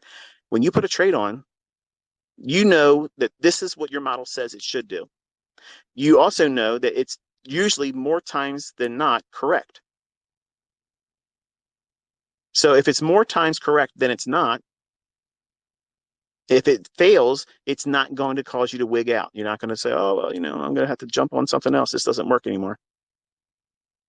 You'll trust that this is a speed bump. That's all it is. It's not a roadblock. It's not a barrier. It's just something that didn't give you what you were wanting that time. Just like getting turned down on a Saturday night at the club. She's good looking, ain't she? Yeah, she is. You finally had the courage to go up there, and you went long on one contract trying to get 5, and you didn't get nothing. You got stopped out. As you said, I'm not interested. Sometimes the market's going to do that. Ladies, you're not exempt either. Sometimes it's just no. I hope he asks me out, and then you see his wife sit down next to him. Sometimes you're going to get full margin too. So by conditioning yourself, looking for something that's realistic and practical, 5 handles as a beginning, I think is reasonable. It's easy, in my opinion, but it's also powerful because if you can develop the confidence to see this repeating, you're going to see a whole lot of fucking setups. A lot. And you're not going to be fearful of missing anything. Why? How can you get to the point of ICT never fearing missing a move? Because I see them fucking coming at all angles all the time. There's a lot of them. The point is you have to find the ones that you like. I literally walked through on Thursday with the GDP number with my son. I said, look, here's something can happen here. This is what's going to happen here. It was doing exactly what I said I was going to do. But I said, but I want to see the trade that goes up to the fair value gap. That's my trade. That's the one I want to do. But even though I'm calling it live right there in front of everyone that was listening to us, that's what it's like to be, well versed in this. You can see lots of 5-handle runs, up and down. And you're never going to be fearful, which means what? You're not going to be impulsive about getting any losing trade right away back. Just because I can see lots of trades and I can see them coming and I can engage on all of them. My experience has been when I've done that, I lose sight of where I am, and when the bigger moves come, because it's like a game after that. Like I'm like, okay, I did this one, I did that one, I did this one, I did that one, and I forgot. Oh, I'm supposed to be looking for this, and it's my obsessive compulsive just takes the better of me, and I don't do well in that situation. So, which is why I did what with my trading. I have to be highly selective. I want to be in the moves that have the best potential for the big runaway runs. I know how to find them, but if I either missed them because it happened before I got to the charts or it happened when I was sleeping, that's a move I can't participate in. And you can't either. I'm not getting up and saying, "Oh no, Bitcoin just moved 10,000 points over the last 6 weeks or whatever." I don't give a shit. That's not my market. I don't wake up and look at the S&P and say, "Oh shit, it moved 20 handles overnight. I wish I could." No, I can find 20 handles in a day doing 5-handle runs, up, down, up, down. There's my 20 handles. I'm not worried about it. And you won't be worried about it, which is where you should be as a trader. You need to know what you're looking for, what you're going to accept as a trade that incurs risk and be comfortable with that. And if it fails, you're not going to lose your mind about it. You're not going to be in a hurry to try to find something that really isn't in the chart. What you're trying to do is impose your will. You're looking through that looking glass in a losing position. You're in drawdown. You're going to manifest your next setup, even when it's not there. Why? Because you don't have a clue what you're doing. You don't know your model, because if you knew your model, you would sit still until it formed. Maybe you watch live streamers. Some of them don't live stream anymore because they wreck themselves. The ones that do it, if they're impulsive, if they go in and try to overcome and do more than they're supposed to, study them. If you know somebody that's like that, tell me who they are in a tweet to me. That way I can watch them and see, I don't want to go there and troll, and I'm asking none of you to go there and troll. But if it's someone that you see that is impulsive, that's a wonderful social experiment to study and observe them, not to bring hate on them, not to make them feel bad. That's not what this is. But if they're willing to put themselves out there like a fish in an aquarium for everybody to look at, that's a perfect experiment for you to see what not to do and watch them feel the anguish and struggle, trying to do something, expecting some specific outcome that's never going to come because they're just reacting to price versus predicting price. I saw a tweet by a guy. I'm not going to name him. we talked once, not directly, but through online posts and such. And he posted something to the effect that your job is not to predict the market, but to react to price. Okay. So that's some grade A bullshit right there. And that's the reason why your results look like the way they do. And sir, you know who I'm talking about. It's you. And I'm not going to try to say anything more than that. But you have to predict the price. You have to. That's what every winning trader is trying to do. So how the fuck can you say your job is not to predict price? That's exactly what the fuck we're doing. That's like telling the football teams, your job is not to go get touchdowns. What the fuck are we here for? I'm here to predict the future. We're here to predict the fucking future. You can't think about what the fuck you're doing. You're trading futures, for fuck's sake. It's in the name. That's what you're doing. That's what the fuck we're doing. We're predicting the future. And when I see these people say your job as a trader is not to predict the future price movements, it's to be ready to react to price. How the fuck is that sound logic? That doesn't make any bit of fucking sense. That makes no sense at all. What the fuck? That makes no sense. And that's not the only person that said it. It's regurgitated and it's posted all the time in shit from people that don't know what the fuck they're doing. How can you spend, seriously, folks, holy shit, how long did it take for you to see me calling these things before the fact to know that, you know what, this ain't random anymore? And once you get to that point, okay, once you get to that point where you know it's not random and this shit is controlled, does it make any bit of fucking sense to listen to somebody tell you, or the world tossing out an opinion into the abyss of the internet, say your job as a trader is not to predict price, it's to be ready to react to it? How can anybody that has spent any considerable time with me proving what it is that I teach and show you what the real market is, how can anyone palate that? How can you accept that or even entertain it as a reasonable fucking consideration for what we do? Nobody fucking can do that. Nobody absolutely would accept that. Let me explain why that is perpetuated in this industry.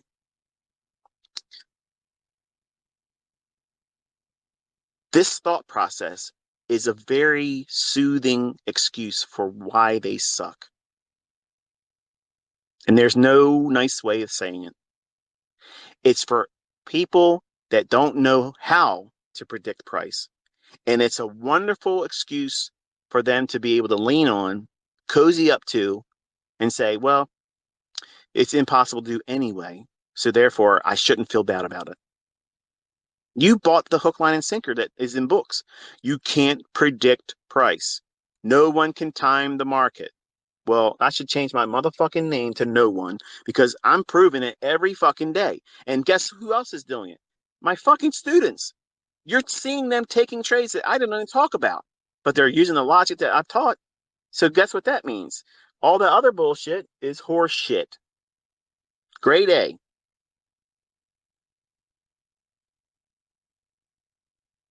So yes, our job is absolutely predicting price. But in the beginning, you don't know how to do that. So how do you protect yourself from it? You go in with baby steps, gradually teaching yourself to trust your ability to do it. Also, condition yourself, build in coping mechanisms for bad character flaws, impatience, impulsiveness, gambling. All those things that you don't think you have right now until you start pushing a button. And then you're going to discover you're a fucking train wreck. You thought you had everything together. If you ever see those guys that go around on YouTube, my wife shows me this stuff all the time. I don't entertain it myself, but she's a TikToker girl, right? She's I mean, she fucking eats this shit up all day long. And I'm like, do you feel your IQ dropping watching this shit? Like, when you share some of this stuff, I literally feel like you fucking stole time from me. Like, what do you see in entertainment value in that? It's dumb. But she shares this stuff with me sometimes. She'll say, look at this guy here. And they'll ask people, you know, how many states are in the United States? And some of the answers are shocking. And it's like, what the hell? That's nuts. And there's another one. So he'll say, hey, look, oh shit, I lost my train of thought. Some of you probably already know where I'm going to go with this, but I lost my train of thought with it. Damn it, it'll come back to me. Give me a second. Let me get a drink here. Let me think. It's spring weather, by the way. I don't fucking drink alcohol. It's these goobers that think I'm drunk all the time. I am just off the rails sometimes, yes, but I'm not inebriated. I don't drink and I don't take drugs. So the oh man, this guy, what does he do? He goes around and he asks people some shit. I don't know. I might not be able to come back. If I remember it, I'll tweet about it. I might even share a link to one of the videos. But oh yeah, that's what it is. Okay, thank you. He'll go up to a guy and say, "Hey, look at this woman here. What would you rate her? 10 being extremely beautiful and 1 being a grenade. What would you say?" And they'll say, "Oh well, I think she's a 6." And sometimes these women are drop dead gorgeous, like beautiful, and they come off with some stupid shit. Like, oh yeah, she's like a 6, maybe 6.5. And then he says, okay, what would you rate yourself? Oh shit, I'm a 9. And they literally look like a buster. Like they don't look like they even have a fucking job. It's a mess. So they end up taking that guy's picture and sharing it to another person, saying, what do you think about this person? And they're like, this guy's a bum, basically. He shouldn't be asking anybody out, right? And it's interesting to see what your perception is about yourself, especially if you're opinionated about other people. And it's very much like a fucking Vinny, where you're a little dick guy that runs around and think you're a savage and you can't do shit. And your opinion of yourself is gigantic, right? So he ain't packing shit downstairs. He don't have a giant piano. And that's what's like when you see these characters in industry. Like they go around with their ego, they go around saying how you should do things, but they bring nothing to the table showing what they can do at all but failure, not doing well, and they spread bad advice. Bad advice. They don't have students that are killing it. They don't have profitable students. They don't have people proving it. Nobody's interviewing their students. Nobody's seeing anybody getting 6-figure withdrawals in accounts and companies that are literally interviewing them. So when you listen to other people talk shit about you, our community, and me, and what it is I'm teaching, and if you entertain that, if it gives you any negative feelings, You're not paying attention because there's no reason for you to be even entertaining that bullshit. There's so much proof in here, you're drowning in it. It's intoxicating. It is a fucking cult of winning. But in the beginning, you can't appreciate that because what are you doing? You're having that same complex that this gentleman highlights when he goes around asking other people, what do you think about this person here? What he's targeting is the ability for the human mind to look for the negative in any fucking thing.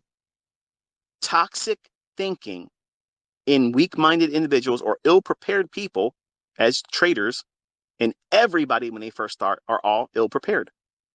But you don't know the level of toxicity in you until you start doing this. If you see somebody doing well and you feel like I got to start talking shit about this person. Well, you're a little Dick Benny then. But if you look at other people and they're doing well and you don't feel like there's an issue, there's a problem, and you're like, wow, that person's really doing well. And even though you can't do what they're doing, you can't even do anything close to that, you can appreciate what they're doing and think, wow, that might be motivational for me to do that. Even though I can't do it, I don't feel like it's defeating for me to feel that way. Why? Because you're new. You're new at it. And so many, especially the young men, so many of the young men that come in this industry that follow other influencers that make it about image. Everything's got to be the new car, the nice cars. I'm telling you, having had lots of shit like that, it doesn't make you a better trader. And frankly, nobody gives a fuck once you show it. Once you show it, that's it. You done shot your wad. It's done. What are you going to do? Be seen in it again with a different haircut? They've already seen, okay, so what? You got a car. Big deal. What have you been doing in your trades? Show me your live account trading. Show me over a chart while it's ticking real time when I'm watching it. Show me what the market's going to do. Tell me what it's going to do. And unfortunately, that's the stuff that never fucking happens. And that's where I live. That's my fast lane. I'm taking you in there doing that. But I also know as your mentor that you're going to have problems in the beginning. You're going to discover things about yourself that you are not going to like. And you're going to impulsively, because you're not disciplined, you're not going to have the impulse of a professional where is, okay, I'm in a market environment right now that is not conducive for high probability. So I'm going to impulsively remove myself because my training tells me to do so, not run away in fear or not roll the dice and see what happens, which is predominantly what everybody does. That's the demo disease, okay? Push the button and see what happens. Push the button and see what happens. In the beginning, you're going to be a train wreck when you discover what you have as character flaws. Nobody has ever started this industry, ever, ever. Never happened. It's never, ever happened. It's never happened. Where somebody walked out here, got it all right from day one, and never had hardships or had to wrestle with internal conflicts with what they are as a trader, what they're not as a trader. They don't have a person out there in the industry that's like that. Everybody comes in here and we are all baptized in the fire. And that is going to be pain. It's going to be loss. It's going to be frustration. And guess what, folks? Listen, friends and neighbors, that is absolutely part of this. And that's why I never make any sugarcoating about it. I want you to know that's coming because that way you're prepared to, number one, identify it when it does. And then you have to do certain things to wrestle it and subdue it because it will undo you. I don't go out there and say, go out there and try to go for 10 handles a day. That's unrealistic. I tell you to look for one 5-handle move. That's what you're looking for.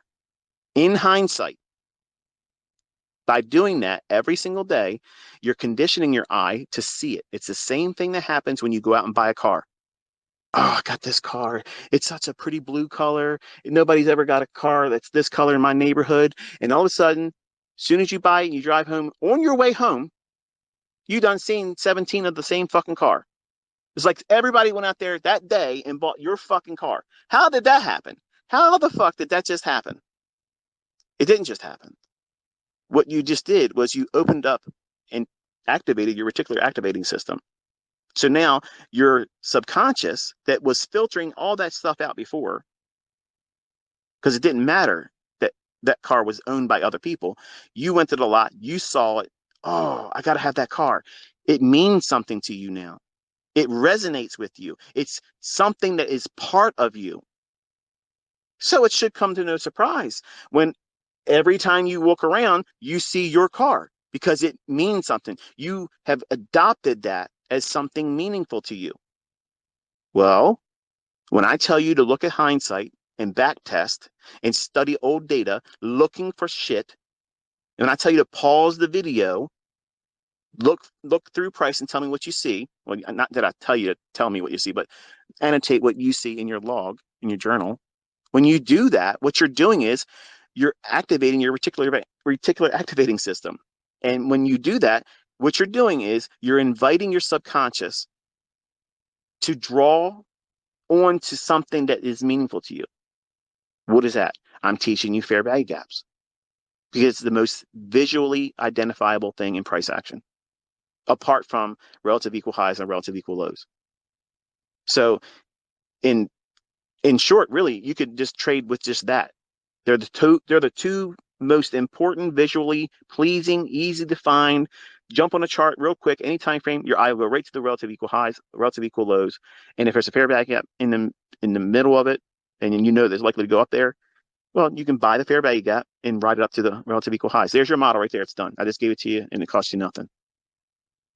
Probably some of you never even thought about it. You're like, now, oh man, I never thought about it like that. Yes, it's just like that. But when you don't go through old data and you just binge watch my videos and you're not pouring yourself in charts, spending time literally every single day looking through charts, studying how these other moves that you can't make money or lose money in, everybody else is going to tell you it's a waste of fucking time. They're the same people that will not be trading with live funds 6 months later. There's a lot of bad advice in this industry, a lot of bad actors, a lot of just a lot of chapped asses, man. And I'm sorry. I'm sorry it's harder for some of you. I'm sorry. But it wasn't easy for me in the beginning. I've just been doing a whole lot longer. I know what works.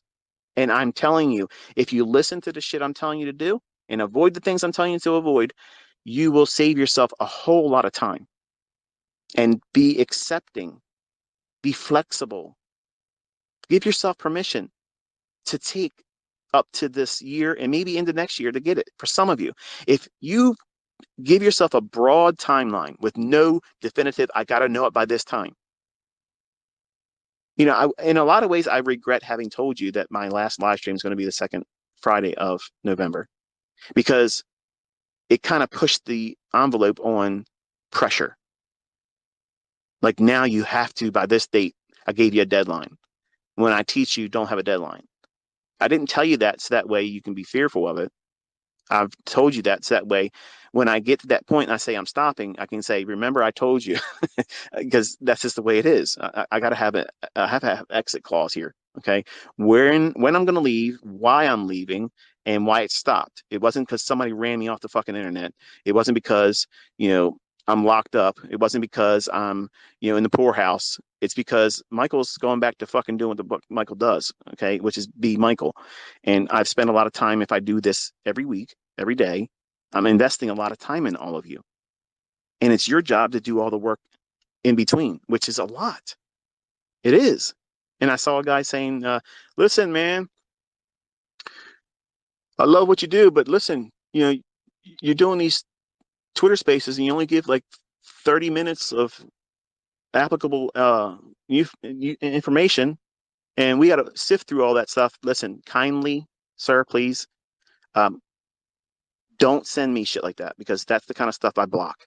Because you're saying my time investing into you, telling you all these things, you can't be successful if you just know the concepts of getting in, where to put a stop loss, all that other stuff. Because if it was just that easy, I can do that in a book and you won't make money with it. I can do that in a video because I've already done it and you're not making money yet because That's not all that is required. You have to understand the person that's in you that's going to absolutely fuck this up for you. I'm sorry, but that's the reality. We're not always going to be prepared for doing difficult things. And this is one of the most difficult things on this fucking planet. You're wrestling with yourself in an industry that's designed to take your ass the fuck out. You're not supposed to make money here, man. You're not. It was not created for everybody to walk in here and just know what's going on and make money. It was designed for, well, P.T. Barnum said it perfectly. The sucker. There's suckers born every day. And they come in here looking for animal patterns and bullshit Mickey Mouse things that tells them it's going to go up because moving averages are crossed over, and they lose their ass. And they get mad and they think, okay, I didn't do it right at that time. And they push and push and push. And they lose their ass again, not realizing that the market doesn't respect any of that bullshit. And if they have a strong opinion of you about how they won't ever submit to somebody else's stuff when the other stuff is absolutely what's going on, they become absolutely toxic to themselves and anybody else that listens or looks at them. And Vinnies have happened all the time. I've had Vinnies on America Online. Okay. I've had those kind of creepy bitches. Okay. they're weak people. Weak. And you're going to have them too. If you go out there on social media, you make yourself known, you're going to do something and you're going to be consistent doing this. And you're going to rub all kinds of people wrong because they can't do it. And little dick complexes are going to materialize in men. Rarely will you ever see a woman come out there and start talking shit unless it was talking options lady. And she got real quiet when I said, let's go in let's start showing some daily. Let's look at the statements. Let's do it. Let's call it live. And all that. And she just dropped off the face of the earth. Men are the ones that do it because it's ego. It's pride. It's the caveman mentality. And when you're young, you all, the younger men, you all want to do that because you think that's what this is about. And what you're trying to turn trading into is image based. Image based. Worship me. Give me attention because you need to feel what? Like I have always wanted to feel. I wanted to have affirmations given to me from my grandfather. I can't get that. So I pursue things to try to give me that high that I'd never got from hearing it from my grandfather. I wanted that man's approval and I can't get it. So I do everything in life trying to constantly seek the affirmations that what I'm doing is above grade of everything. And anybody that spends time with me really rolls their sleeves up. That's the common denominator response is this is next level shit. And I know that. I know that. And when I see you succeed, and I see others that are among you in this community succeeding, it's thrilling to me. It's very satisfying. Like I love that you're finding yourself in this. I love it. And while you're doing it and you second guess yourself, it's like watching my children learn how to walk. And some of you are older than me, but it has that same effect. Like I am emotionally committed to you. I am 100% committed to you. I've given you my entire year. Every single day, I'm giving you myself.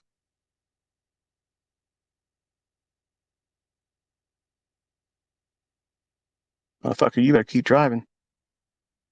Fucking guy rolled up next to me. You better get your ass beat, motherfucker. So I'm pouring myself into, and see how it ruined that moment. We had a really nice moment there. That's where I would have been editing it out. I wouldn't be recording videos, obviously, in my vehicle, but I'm giving you something that no other mentor would. Number one, I'm doing it for free. And I love the fact that it's for free because nobody's going to be able to talk shit about it. Two, I already know I'm going to make monsters this year. Like I'm going to make ridiculous money making motherfuckers. And I can't wait. I can't wait. But I don't want you to fuck it up. I don't want you, the person that doesn't know quite well how well you can fuck it up for yourself. So you have to listen to these conversations. It's meant for you to avoid the things that I and other people fucked up doing. You're going to fail doing things that you don't see coming. It's going to come out of left field. Oh man, I didn't realize I was going to do that. I was so dumb. Right, right. And I'm telling you, all those pitfalls, those snares that's going to snap over, and take you by surprise. You're not going to realize it until it's too late. Without knowing beforehand, which is why I'm talking to you in these lectures like this. When I give you the things to think about, going into it, be aware that this is what typically will happen. Some people feel these things, these flaws will manifest themselves. In men, it's usually all image based, Olympic size feats, big money only is the thing that works best. Big P&L. No, steady P&L, not wicked drawdown in max loss days. That's what you want to avoid that. But you get that if you're trying to always swing for grand slam home runs. And if you don't know how to fucking trade well and you don't know sniper precision, you can't reasonably expect to do grand slam home runs day in and day out and let the market just hand you windfall victories like that. It doesn't make sense. And to hear people teach that's a practical, or try to showcase that as this is why you should be mentored by me,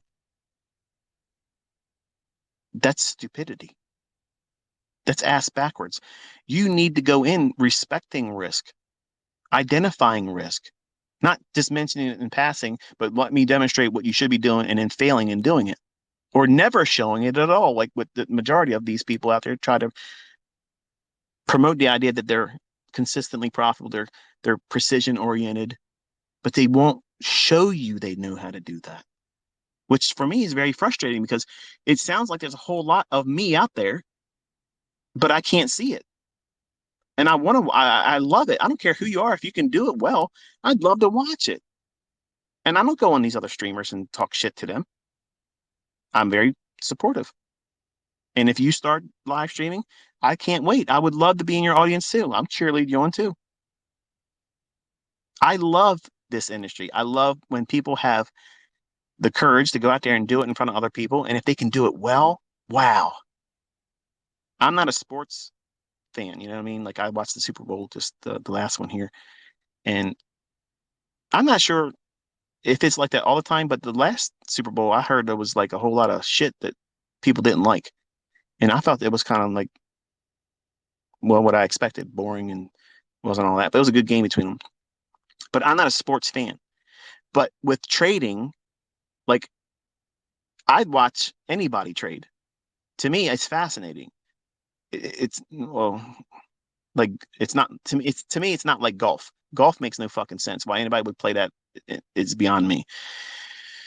But people watch that shit and they stand around and follow this guy walking around hitting this ball in this fucking hole. Which to me, I'm sure it takes a great deal of skill, but I got better shit to do. I ain't gonna be doing that.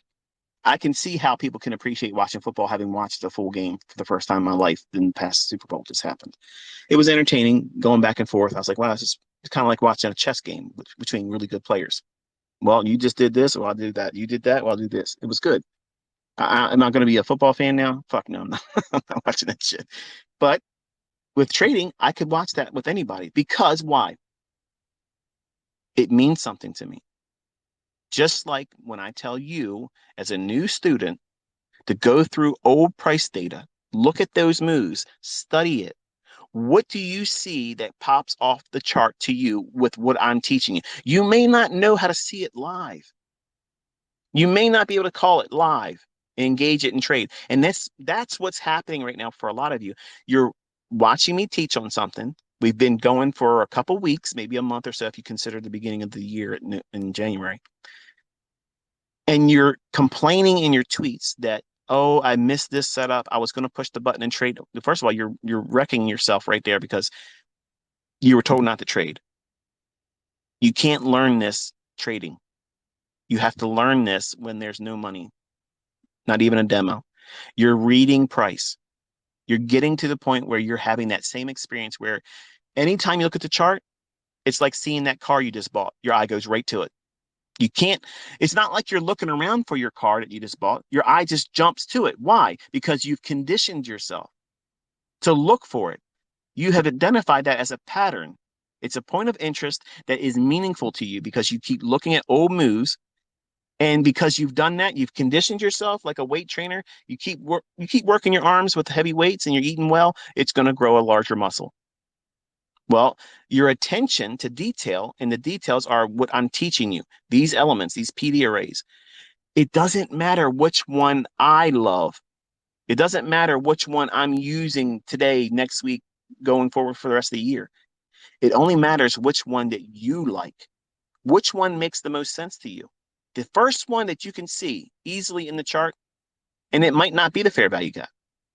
To me, it's the easiest one to see and spot, but it might not be for you. You might see a breaker. It just makes perfect sense to you. And guess what that means? You're going to trade breakers. It doesn't mean it's inferior or superior to any other one. There's so many times traders will ask me, what's your favorite setup? The one I'm getting in. I have lots of them. The one I know I'm going to fucking get the outcome I'm looking for right now. That's the one I like the most. The next trade I'm in. That's the one I love the most. I have lots of them. And I try not to build the case for this is my favorite setups, because as soon as I say that, the celebrity complex that comes over people when I'm just an average guy, dude. There's nothing, literally nothing celebrity about me. I just know this stuff. And when you ask me what my favorite is, I know why you're doing that. It's the same reason why I was wishing I could reach out to Larry Williams and say, which one of these trades would you like doing the most? I just asked it of Linda Rash on Twitter. I'm not even sure if she even responded to me, to be honest with you. If she did, I didn't see it, but I gotta go check my tweets and see if she responded. I know some guy did. He replied, said, here's a video where she talked about this or that. I was kind of actually hoping that she would respond, but if she didn't, well, whatever. But I asked her specifically, I said, if you had to only trade one setup, and you could only trade one setup the rest of the fucking time you're on this planet, what would it be and why? Now, I'm not sure if I asked for what market, but that was a question I wanted to ask Larry Williams. Like, if you had to only pick one setup, that was your go-to, you couldn't do anything else. Me, if you were to ask me that right now, I can tell you what that is. And know that what I'm about to say, for some of you, ain't going to make any bit of fucking sense. You're like, oh, how does that? And you're going to see people tweeting. Can someone send me the video where ICT talks about it's going to happen? Don't think that this is the best thing for you. It's not. Not all of you, it isn't. But for me, if I had to only trade one setup and I had to wait for it, and it had to be there in the chart, or I did nothing, I would be trading the second stage distribution in my market maker sell model, or my second stage accumulation in my market maker buy model. And that literally is taught in the core concepts. Like it's there. I'm not going to say exactly that, but it's the second stage distribution of either reaccumulation for longs or redistribution for shorts. So I'm looking for a market that's really designed to go lower. Everything's in my favor. And it's a clear market maker pattern where it's going to go lower, it's going to go higher. And those moves are the quick, sudden runs, real quick. It's always going to be a low resistance liquidity run, which is why I'm saying that would be my, drug of choice. If I'm going to be saying it like that, I'm going to get my high off of that one. And it happens every single week. And it sets up as a one shot, one kill. So it would allow me to do whatever I wanted to do with it. If I want to scalp it and get little pieces of it, or if I want to run the whole thing and get a whole month's worth of income, it can come from that one setup. So it can give me whatever I want from it. It could be the one setup for the week. It could be the one setup for the whole month. It could be a training exercise for me to hone my skills on the 15-second chart and just pyramid the fuck out of it, while it's running. That's my unicorn. That's my setup. That's the thing that if I had to only do one thing, it's that. But clearly you can see I have other things I can do. And what does that mean? I can do whatever the market's providing me an opportunity. And right now, one market might be choppy. If it's choppy, what does that mean? I got to do something else outside that one. Now, can I trade five handles in a choppy S&P market? Yes. But what happens if that choppiness is in dollar and you're a Forex trader?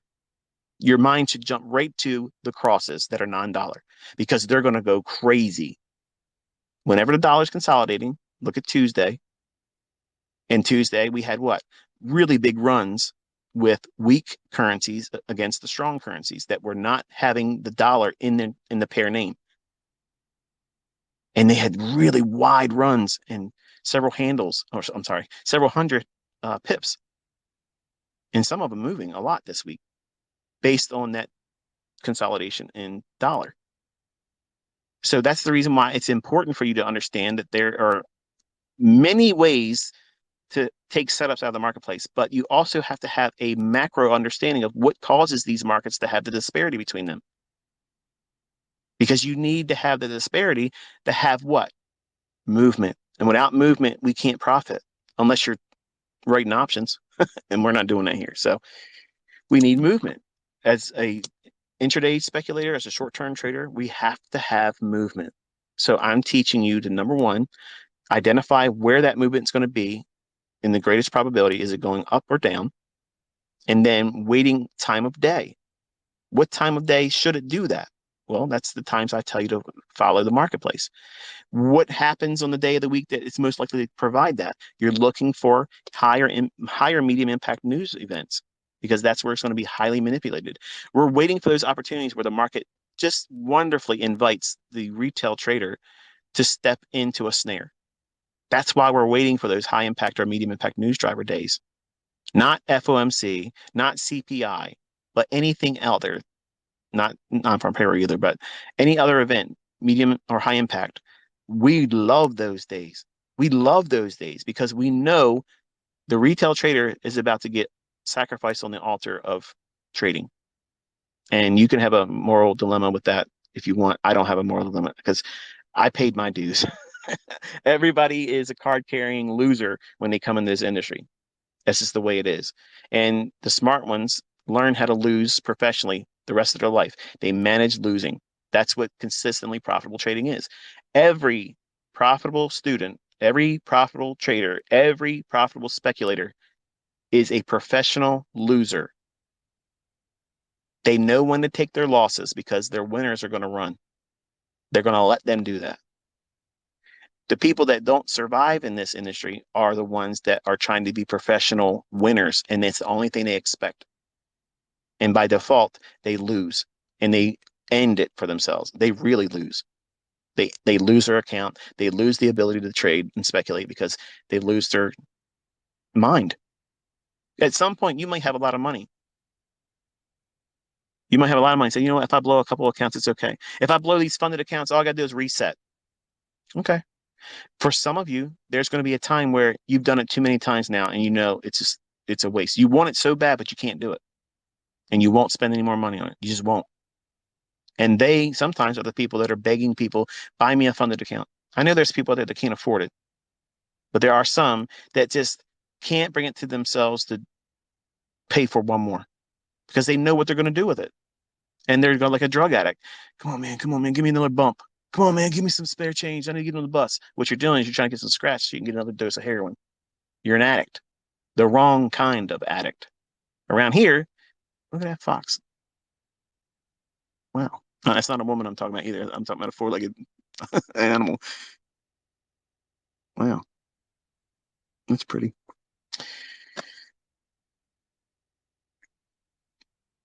That took me out of where I was saying. But anyway, it's 20 minutes after 10. I've been going for almost 2.5 hours.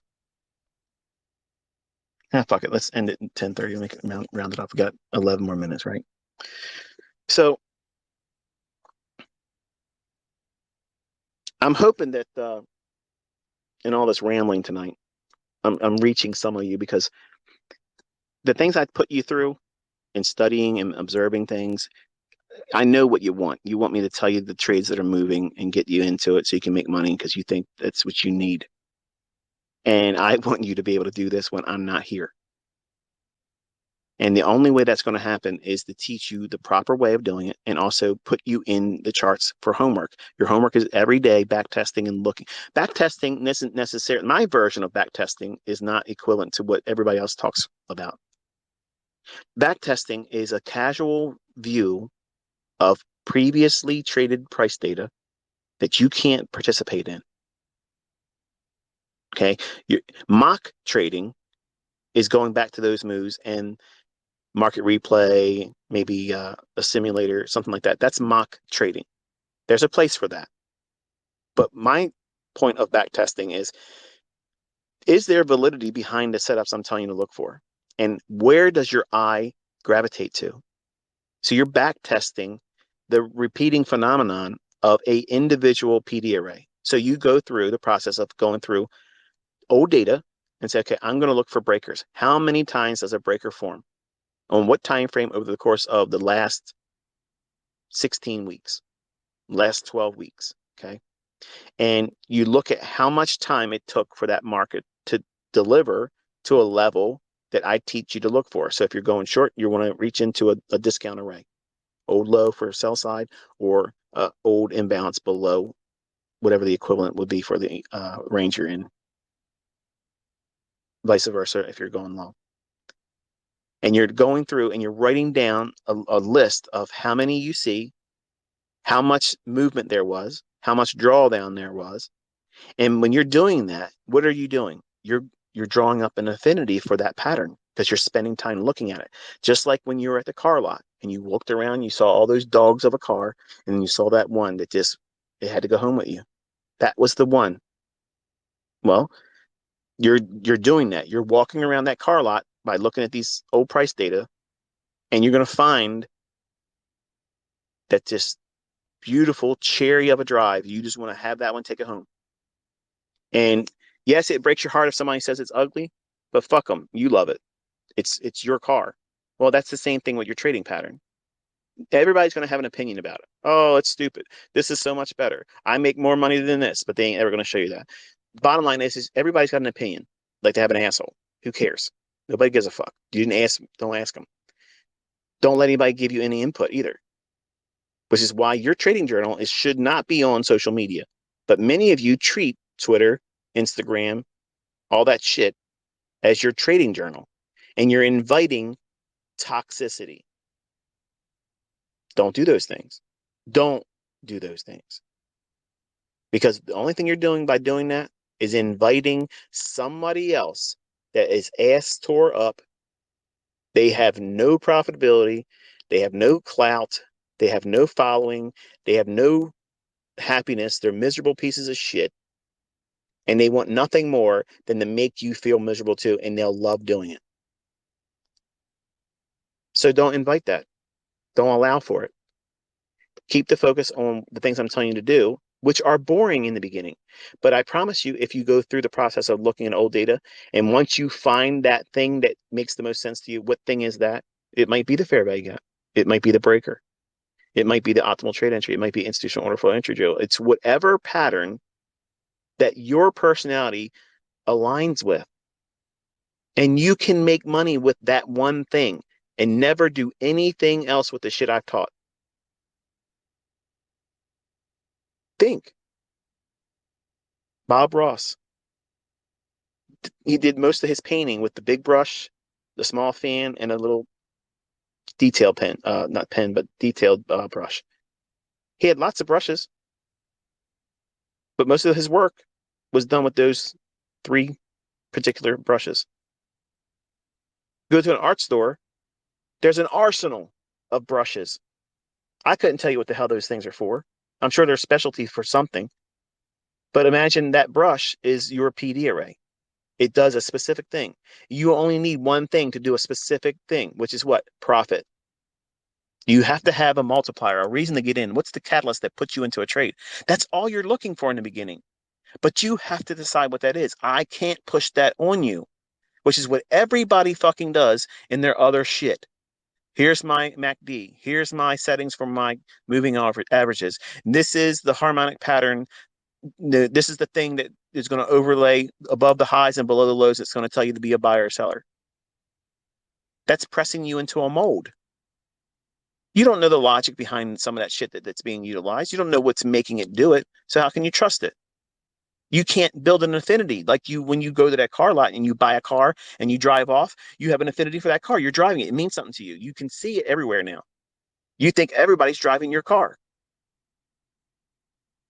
You come out of the grocery store and you think that someone moved your fucking car. It's just somebody else bought that same car. Your your attention span is dialed on that one thing. It means something to you. You need to make this be meaningful to you. I can't do that by talking to you in a video. I can't do that by me trading the setups. It might be entertaining. I might have a good choice of music when I'm sharing it. That's fine. I might not. The music's for me. It's not for you. But that execution is not to inspire you on that one setup. It's to broaden your understanding that we're not limited to one setup. And there's setups a lot. And I can engage them and you will be able to do it too. But in the beginning, you need to give yourself the opportunity to find what it is that your personality is best equipped for. And any educator that tries to press your ass into this is the only way to do it, where I'm telling you, the only way to perceive price being delivered is the way I'm telling you it should be, because anything else it's contrived. It's all bullshit. It's conjecture that doesn't have any rooted truth behind it. I'm explaining to you before the market does what it's doing. So that's how you know you can trust me. Whether you believe there's an algorithm or not, I'll leave it to you to wrestle with how is it I'm doing it. I've already told you what it is that I'm doing. If you choose not to believe, that's fine. You don't need to subscribe to the algorithm theory. If you look for the pattern and you think it's going to unfold this way based on what I'm teaching you directionally, you don't need to have an algorithm in your head. You don't have to subscribe to it. You don't have to be a part of the religious cult that we have here. Okay. You don't need to be a card carrying member of the cult. Okay. You can still trade my stuff and not be a cult member. So just relax. But you have to give yourself the chance, the real chance, to do this without having any outward forcing. Like, I'm not manipulating any of you to do any one particular approach to trading. Notice I haven't done that. And when you go through the core content, guess what it does? It gives you the opportunity to decide where you want to be. Do you want to be a long-term trader? Do you want to be a swing trader? A short-term trader? You're going to trade a daily range? Or are you going to be a scalper? The decisions are up to you. And you have to bring that to this. You do. And because there's so many of you, I'm not going to meet you. I can't sit down and answer everybody's fucking email. And I have students that paid me. And years ago, they were mad. They were mad as shit. Like, you should be. I can't. Think about it. I put out a tweet. In minutes, there's 200 likes and comments. Like, it's to show you, literally, when I opened up my comments on my YouTube channel, you thought I was afraid of people saying shit. I'm here on Twitter where people can say anything they fucking want. But it's a sugar fest. And everybody wants me to answer their questions. And I can't physically do that. I'm one person. I only got so many minutes in a day. And I spend a lot already with you. So you have to be doing something. And that is going through the things I tell you to do and trust that the process will give you what you're looking for. But you'll be so much more pleased when you have decided on your end, the model, the approach, how you're going to approach the marketplace as a trader. And you brought that to this. I just gave you the tools. You decided what you're going to do. And it's very rewarding because you feel like it's yours. Yes, I taught you how to trade. Yes, I taught you these techniques and concepts. But your model is the model that you're going to create. And when you start making fucking money with that, and you tell Carl to pound fucking sand, you're out of here. Enjoy working, bitch. I'm out of here. Every day's a fucking weekend to me now. Fuck off. That type of mentality is going to be easy for you to obtain. Not that you should have that mentality and that brash and rude, but for some of you, you can't wait to tell Carl to fuck himself. When you do this on your own and you've made that model from your own hard work, You put all the blood, sweat, and tears, the effort. You work through all of your uncertainties, your doubts, and you have done it yourself. It's so rewarding. It's so fucking rewarding because you didn't learn it in a fucking book. ICT didn't lay it out for you like I did the 2022 model. There's nothing wrong with that model, but you have decided that this is what you're going to do using what was been taught to you. It's yours. You fucking earned it. You earned it. Nobody can take it away. Nobody can minimize it. Who gives a fuck what they fucking think about me, the community, the concepts? You think you're going to give a fuck? Seriously, think about this. If you're not profitable yet, are you going to give a flying fuck what anybody fucking thinks about what you're doing when you don't work anymore? When you have money in the bank that you don't have right now, is it going to fucking bother you how people talk about me? No, no, you're not going to give a fuck. And that's the right mindset. You're here to learn how to fucking trade. You're not here to protect me from assholes that have little dick complexes. You're here to learn how to trade, make money, find a model, and get on business with fucking making your life better than it is. Touch base every now and then when you got a chance. Send me a fucking postcard. There it is. There's no tethering to me. Just this year. That's it. Once you get your wings, fly, baby. I want to see how high you can go. I can't wait to see you do it. But you got to do the things I tell you to do. You have to. There's no way to do it other than that. You can't fumble your way through it. And it's going to require you to do work. And that means go through the charts, see things in price action and data that you can't trade. You're not even pushing a button on demo. Nothing like that. Not even trade simulators. You have to go through the process of finding what it is that makes sense to you out of what I'm teaching as a PD array. That's your first step. Because I already taught you how to find the draw on liquidity, and I'm giving that to you all year long. That will happen by default. You'll learn that because you're being exposed to it. That's the only way you did it. That's what happens. That's why I taught paid mentorships where they had to spend the entire year with me. They will see, they saw, it's documented. Nobody can change it. Nobody can say it didn't happen. It fucking happened year after year after year. Now you're seeing it on a minute by minute basis. So again, if it was fraud, you'd fucking know it by now. But that PD array, that multiplier, that entry pattern, that concept of getting in, you need to decide what that is. You need to decide that. Nobody can make that decision for you because I can't make you see a mitigation block. I can't see how I could go into the charts and make you see a breaker if you just can't understand a run on liquidity and a shift in market structure. There's two minimal criteria that have to be there for that to be a breaker. And if you don't understand liquidity or where people put trading stop losses and how they might look at the marketplace as a potential breakout, you won't understand a breaker. You won't understand it. You can see me pointing to it, but it means nothing to you. Why? Because you haven't studied old data enough to say, oh yeah, look what happens there. And you have to look at the chart and question, before this move happened, who was long and who was short? And if they were long or short, where was their stop loss at? And then reverse engineer all the price movements, because that's what I did, folks. That's what I was doing on America Online. I was literally going back through old data and I was looking for things that I'm teaching you. And when I started doing things and calling the market like that, I got noticed because it was too consistent. And I'm certain, I'm absolutely fucking certain, okay, that people are watching me do this on Twitter and they're watching me do it on a live stream. And I'm calling shit so precisely on a minute by minute basis. They're questioning, how the fuck am I doing this? I have to be doing this with magic. I have to be doing some kind of trickery. There has to be something going on. And the wonderful thing is you're all watching with real-time data and it's happening. And I'm leaving no excuse except for foresight. It's not hindsight, it's foresight. And you won't be able to do that unless you've done all the back testing, which is simply just looking at old moves and studying them.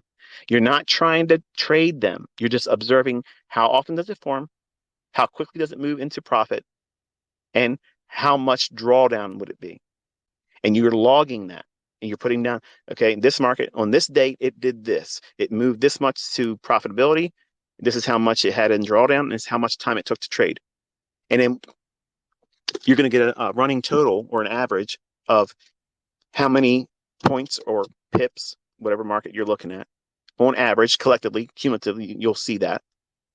And then you'll also see what's your maximum losing trade that you saw in that sample set, and what was your maximum profit trade. Throw both of them out. Then average what you have there. And that'll give you a pretty good idea as a baseline. If that was going to be your model, this is what you, because you can't say that would have been my best trade. I would have got that. Take that out. And your worst trade, what was potentially your worst trade, you probably would have not had your entire stock taken out because you could be doing partials. So you got to take both those numbers out. Don't even factor them in. Now, some of you might argue and say, no, I can understand taking your best winning trade out, but you got to leave the worst trade in there. You're talking from a perspective that you want to wreck your fucking self. I'm not taking on ridiculous risk. I'm not trading to try to save face on live streams. Okay. I'm not doing that. I'm trying to take measured, calculated risks. And if the trade is going to go bad, generally, most times I'm going to see it's probably not going to be there. And I start doing that too. The 3-minute rule of it's got to start talking to me right now and be in my favor, or I'm going to start taking some of the trade off or close it all away. I have tools for all those things. You don't see these other traders out there that are trying to teach you. They don't have that shit. They're just reacting because they believe they have to react to their bullshit that pops up on their chart. They got to react to the indicator. They got to react to something happening outside of price itself. I'm predicting, I'm telling you what these candles are going to do. Come on. How much more evidence would one need, right? I got a whole year of it. I got a whole fucking year of it. My bag is not empty yet. Got a lot more cookies in this jar. But I gave you 6 more minutes than I told you I would give you. And yes, I'm going to regret having talked the way I talked in this one. And I can't help it, but given enough time to run, I'm going to run wild. And I apologize if I spoke in such a way that was not becoming of a mentor that you would have high regard for. But everything I said tonight, I meant. Everything I meant for your learning, guide you where your focus should be, and to remind you what you're here for and the length of time that's going to be needed for certain things to develop. But you will do well to listen to everything I'm telling you to do and do your best to do it, even if it feels uncomfortable, even if it feels like it's unproductive or counterintuitive. Remember, you're coming to me to learn. I know how to do this. I'm proving it in a degree that nobody else is going to be able to match. Dave, a reminder, I'm going to be expecting you to call every single 1-minute candle.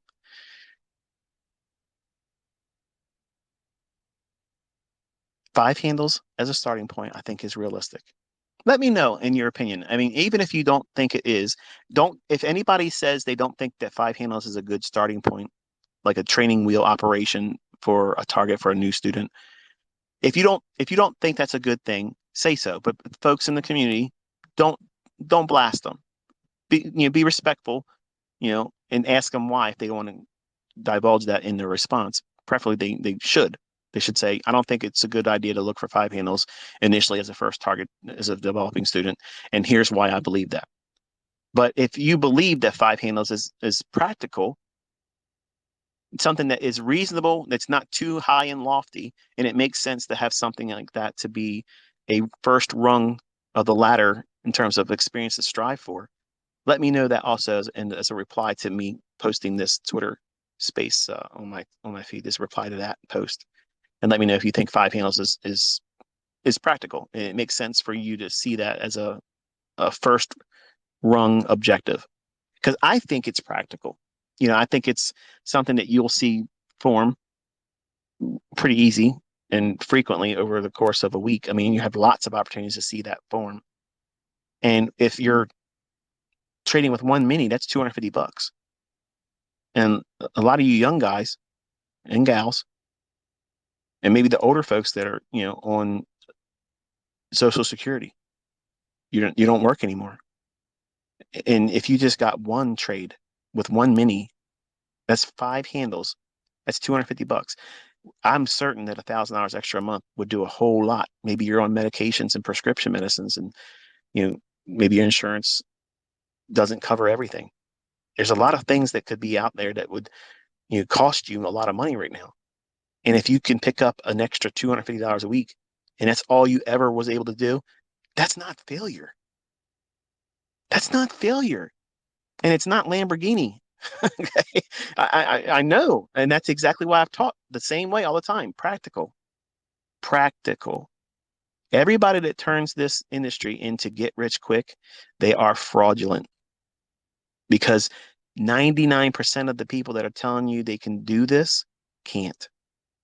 And whenever they try to, it's interesting to see how they fail. And the people that are teaching practically how to do this, I think, are the ones that are more prone to be able to do it. And I'm just trying to be an old fuddy-duddy, old fuddy-duddy ICT. Nothing about image, just the bare bones, brass tacks, where the rubber meets the road. How are you going to take this and make money with it? And if you can alleviate some major bill, or maybe a part of one bill each month, and that's your first experience in profitability, and you find it consistently easy to do that, and you slowly, not quickly, slowly build up to eventually getting half of your bills paid off for the month, and then eventually replacing what was required in maybe one or two jobs to get your income covered. Now you can get it entirely from your trading. So now you've doubled your income. So the next step is to triple your income and save up $200,000 of your own money, not $200,000 in funded account, $200,000 of your own money. And then have a respectable amount of money for trading in yourself, your own money. And you can hold on to these funded accounts if they're still allowing that to be a thing. But you have to have money in the bank before you consider leaving your job. Just because you made a lot of money in your funded account and you had a six-figure withdrawal, that's not an invitation to quit, because $100,000 is nothing. Like, that's nothing money. For some of you that find it as a first big windfall victory, it's life-changing for you. But it's not going to last forever. I mean, shit, you can buy what, one car now? I mean, most cars are so over, when we get the cars I like. But the point is, it's a lot of money to some of you, but it won't last you a long time. And you don't want to quit your job and lose one stream of income and put pressure on you because you have not fully adopted the mindset of, I have enough money, I don't have to take a trade right now, which is what would happen if you are undercapitalized, ill-equipped, and don't have the experience. You've been doing it for too little time. If you stop working and you now place all the emphasis on doing what? Taking a trade. Whereas if you're working your job, you can afford to take a loss. Your mental capital is a little bit higher in equity than that of if you quit your job, you don't have money in the bank. Why do you need $200,000? Well, chances are most of you don't have a $200,000 a year salary. Most of you probably don't have a $100,000 a year salary. So it's given, in my mind, at least like a 2-year padding of not needing to have the bill money made right now. And it gives you time. It gives you a cushion. And then you have a respectable amount of money to trade with. What is that? My opinion, 100 grand. And now you're thinking, no, this puts me right at the whole ballpark. No, it doesn't. You're trying to quit your job too quickly. You're going to have to fucking work with Carl for a little while. That's the way it is, man. Okay. But there's coming a day, if you do everything I'm telling you to do, you have the advantages of getting there. You're not being promised that. But if you do all the things right, you're going in the right direction. If it takes you 3 years, what's the alternative? You're fucking working with Carl. You're going to work with fucking Carl. So just put your nose in the books. Okay. ICT book right here. Every day we're writing a new chapter. Every week it's a new volume. All you have to do is keep showing up.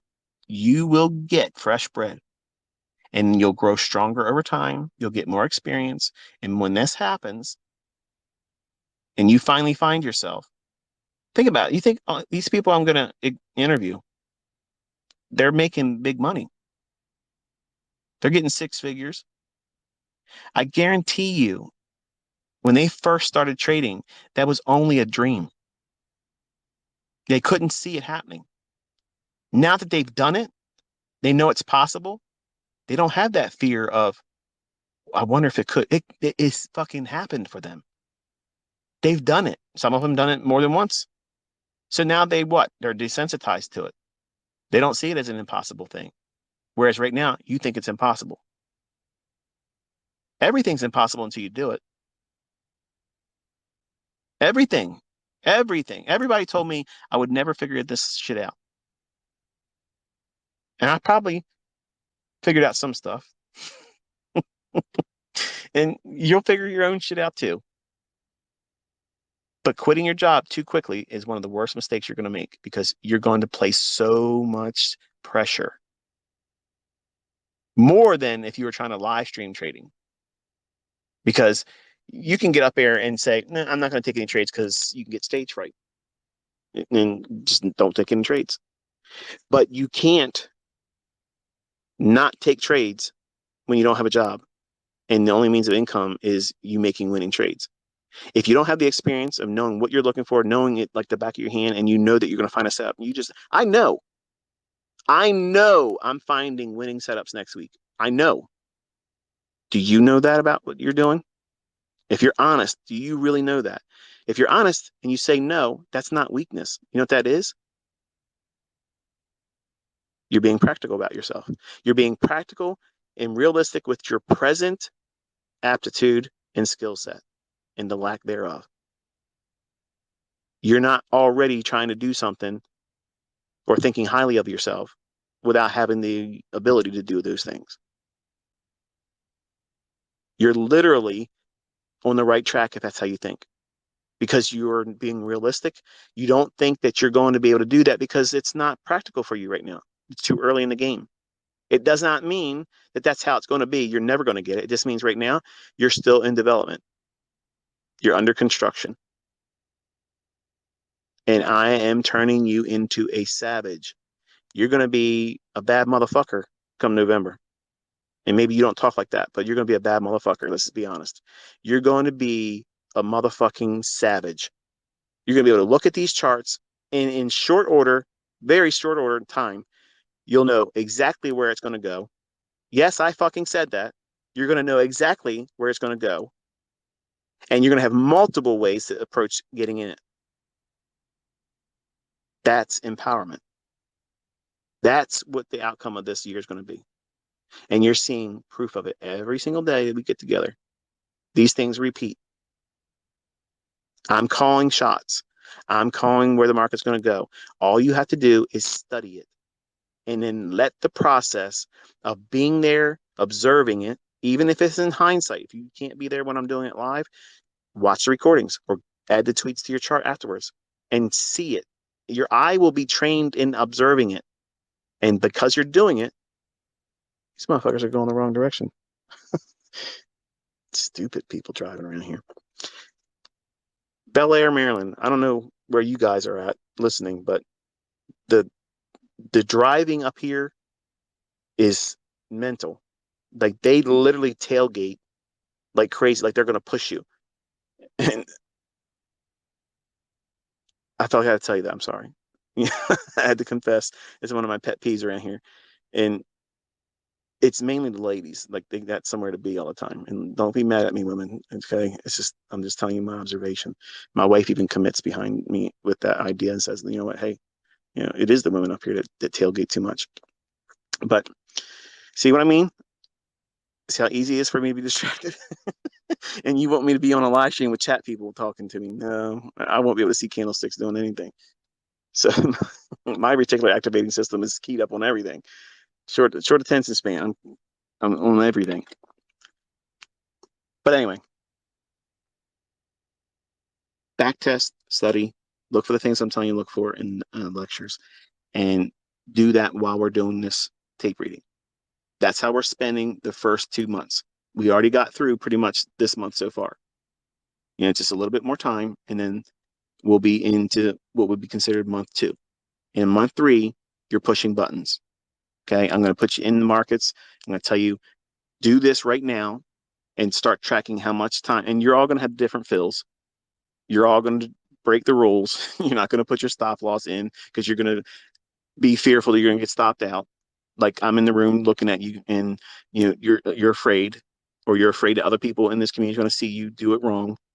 And I want you to press into that and be interactive with me. Share that experience publicly when I ask you all to do it. I'm not making money on the tweet replies. Okay. So it's not traffic. I'm not monetized in Twitter. I'm doing it so that way we're seeing and hearing each other just like a text message. Like if I was your brother, if I was your dad or a relative, I want to send you a message, like I had your phone number or whatever. I'm treating that medium the same way. I'm looking out for you. There's just a lot of you. And every time I'm tweeting to you, it's the equivalent of me texting a family member saying, "Hey, here's my focus right now. I want you to know about this." So it's not a signal service, but it's like a handshake. I'm grabbing you, pulling your attention to something right then and there, and then you have to engage it. But in April, you're pushing buttons then. Like we're that rest of the year, we're pushing buttons. So that way it's conditioning you. And I'm going to put you through the same process I'm putting Cameron through it right now. And hopefully, it won't take me more than 4 weeks for him to be. I'm hoping it's going to be less than 4 weeks, to be honest with you. But his performance anxiety that's hindering him right now and trying to, not convince me, but to impress me rather. He wants to be able to do it quickly and say, look how I was able to do it quick for you, Dad. Don't do that. And none of you should feel that way either. You take whatever time that you require. If it takes you the full year, so what? That's exactly what I gave allowance for. I think it's going to take that. And for some of you, it may take a little bit longer. That's okay. If you do everything I tell you to do, it will happen for you. If you quit, then you failed. I'm not getting paid by you trying to do it. I'm not making ad revenue on how much back testing you do. Okay. Think about it. You got to really put this in perspective. What is my motivation here? Your success. Is your success your motivation here? Or are you just dabbling? If you're here just for morbid curiosity, you're wasting your time. If you're here to wait to see some kind of failure, I'm going to fucking deny that. I'm going to love denying that all year long. But if you're here to learn, and you want to learn how to make a lot of fucking money potentially in the future where you can do this without me, we're learning in the safest environment there can be. There's no trading going on while you're learning this. It's all removed from the risks. There's no risk in this learning process with me. You cannot lose money. You cannot make money. You're literally learning how the candlesticks are going to form. You know, after this, what your model is. You know what you're going to wait for. And that's clarity. That's what everybody that fails does not have. That's what everybody that teaches everything in hindsight, but can't do it in front of you with any consistency. That's what they're lacking. They can hit and wonder, and one hit wonder here and there, and they hope that they try to do that in front of people on the internet. And when they fail miserably, they go right back into their cave. And if they just listen to me and put down their bullshit, literally, this could transform everything they're doing. And they wouldn't be toxic. They wouldn't run around trying to tell everybody they're low IQ assholes and shit. Okay, they could finally be profitable and consistent and not be so toxic.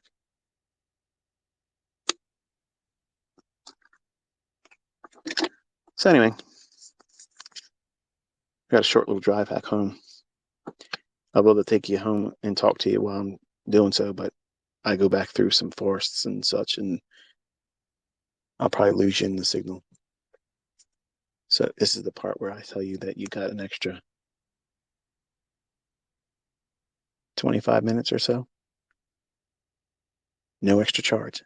ICT, you're a hell of a guy. Yeah, I know. So enjoy your Sunday. I don't know if I'll be tweeting anything tomorrow, but I will be joining you on live stream on Monday, and then we'll be going back at it again. So until I talk to you then, be safe.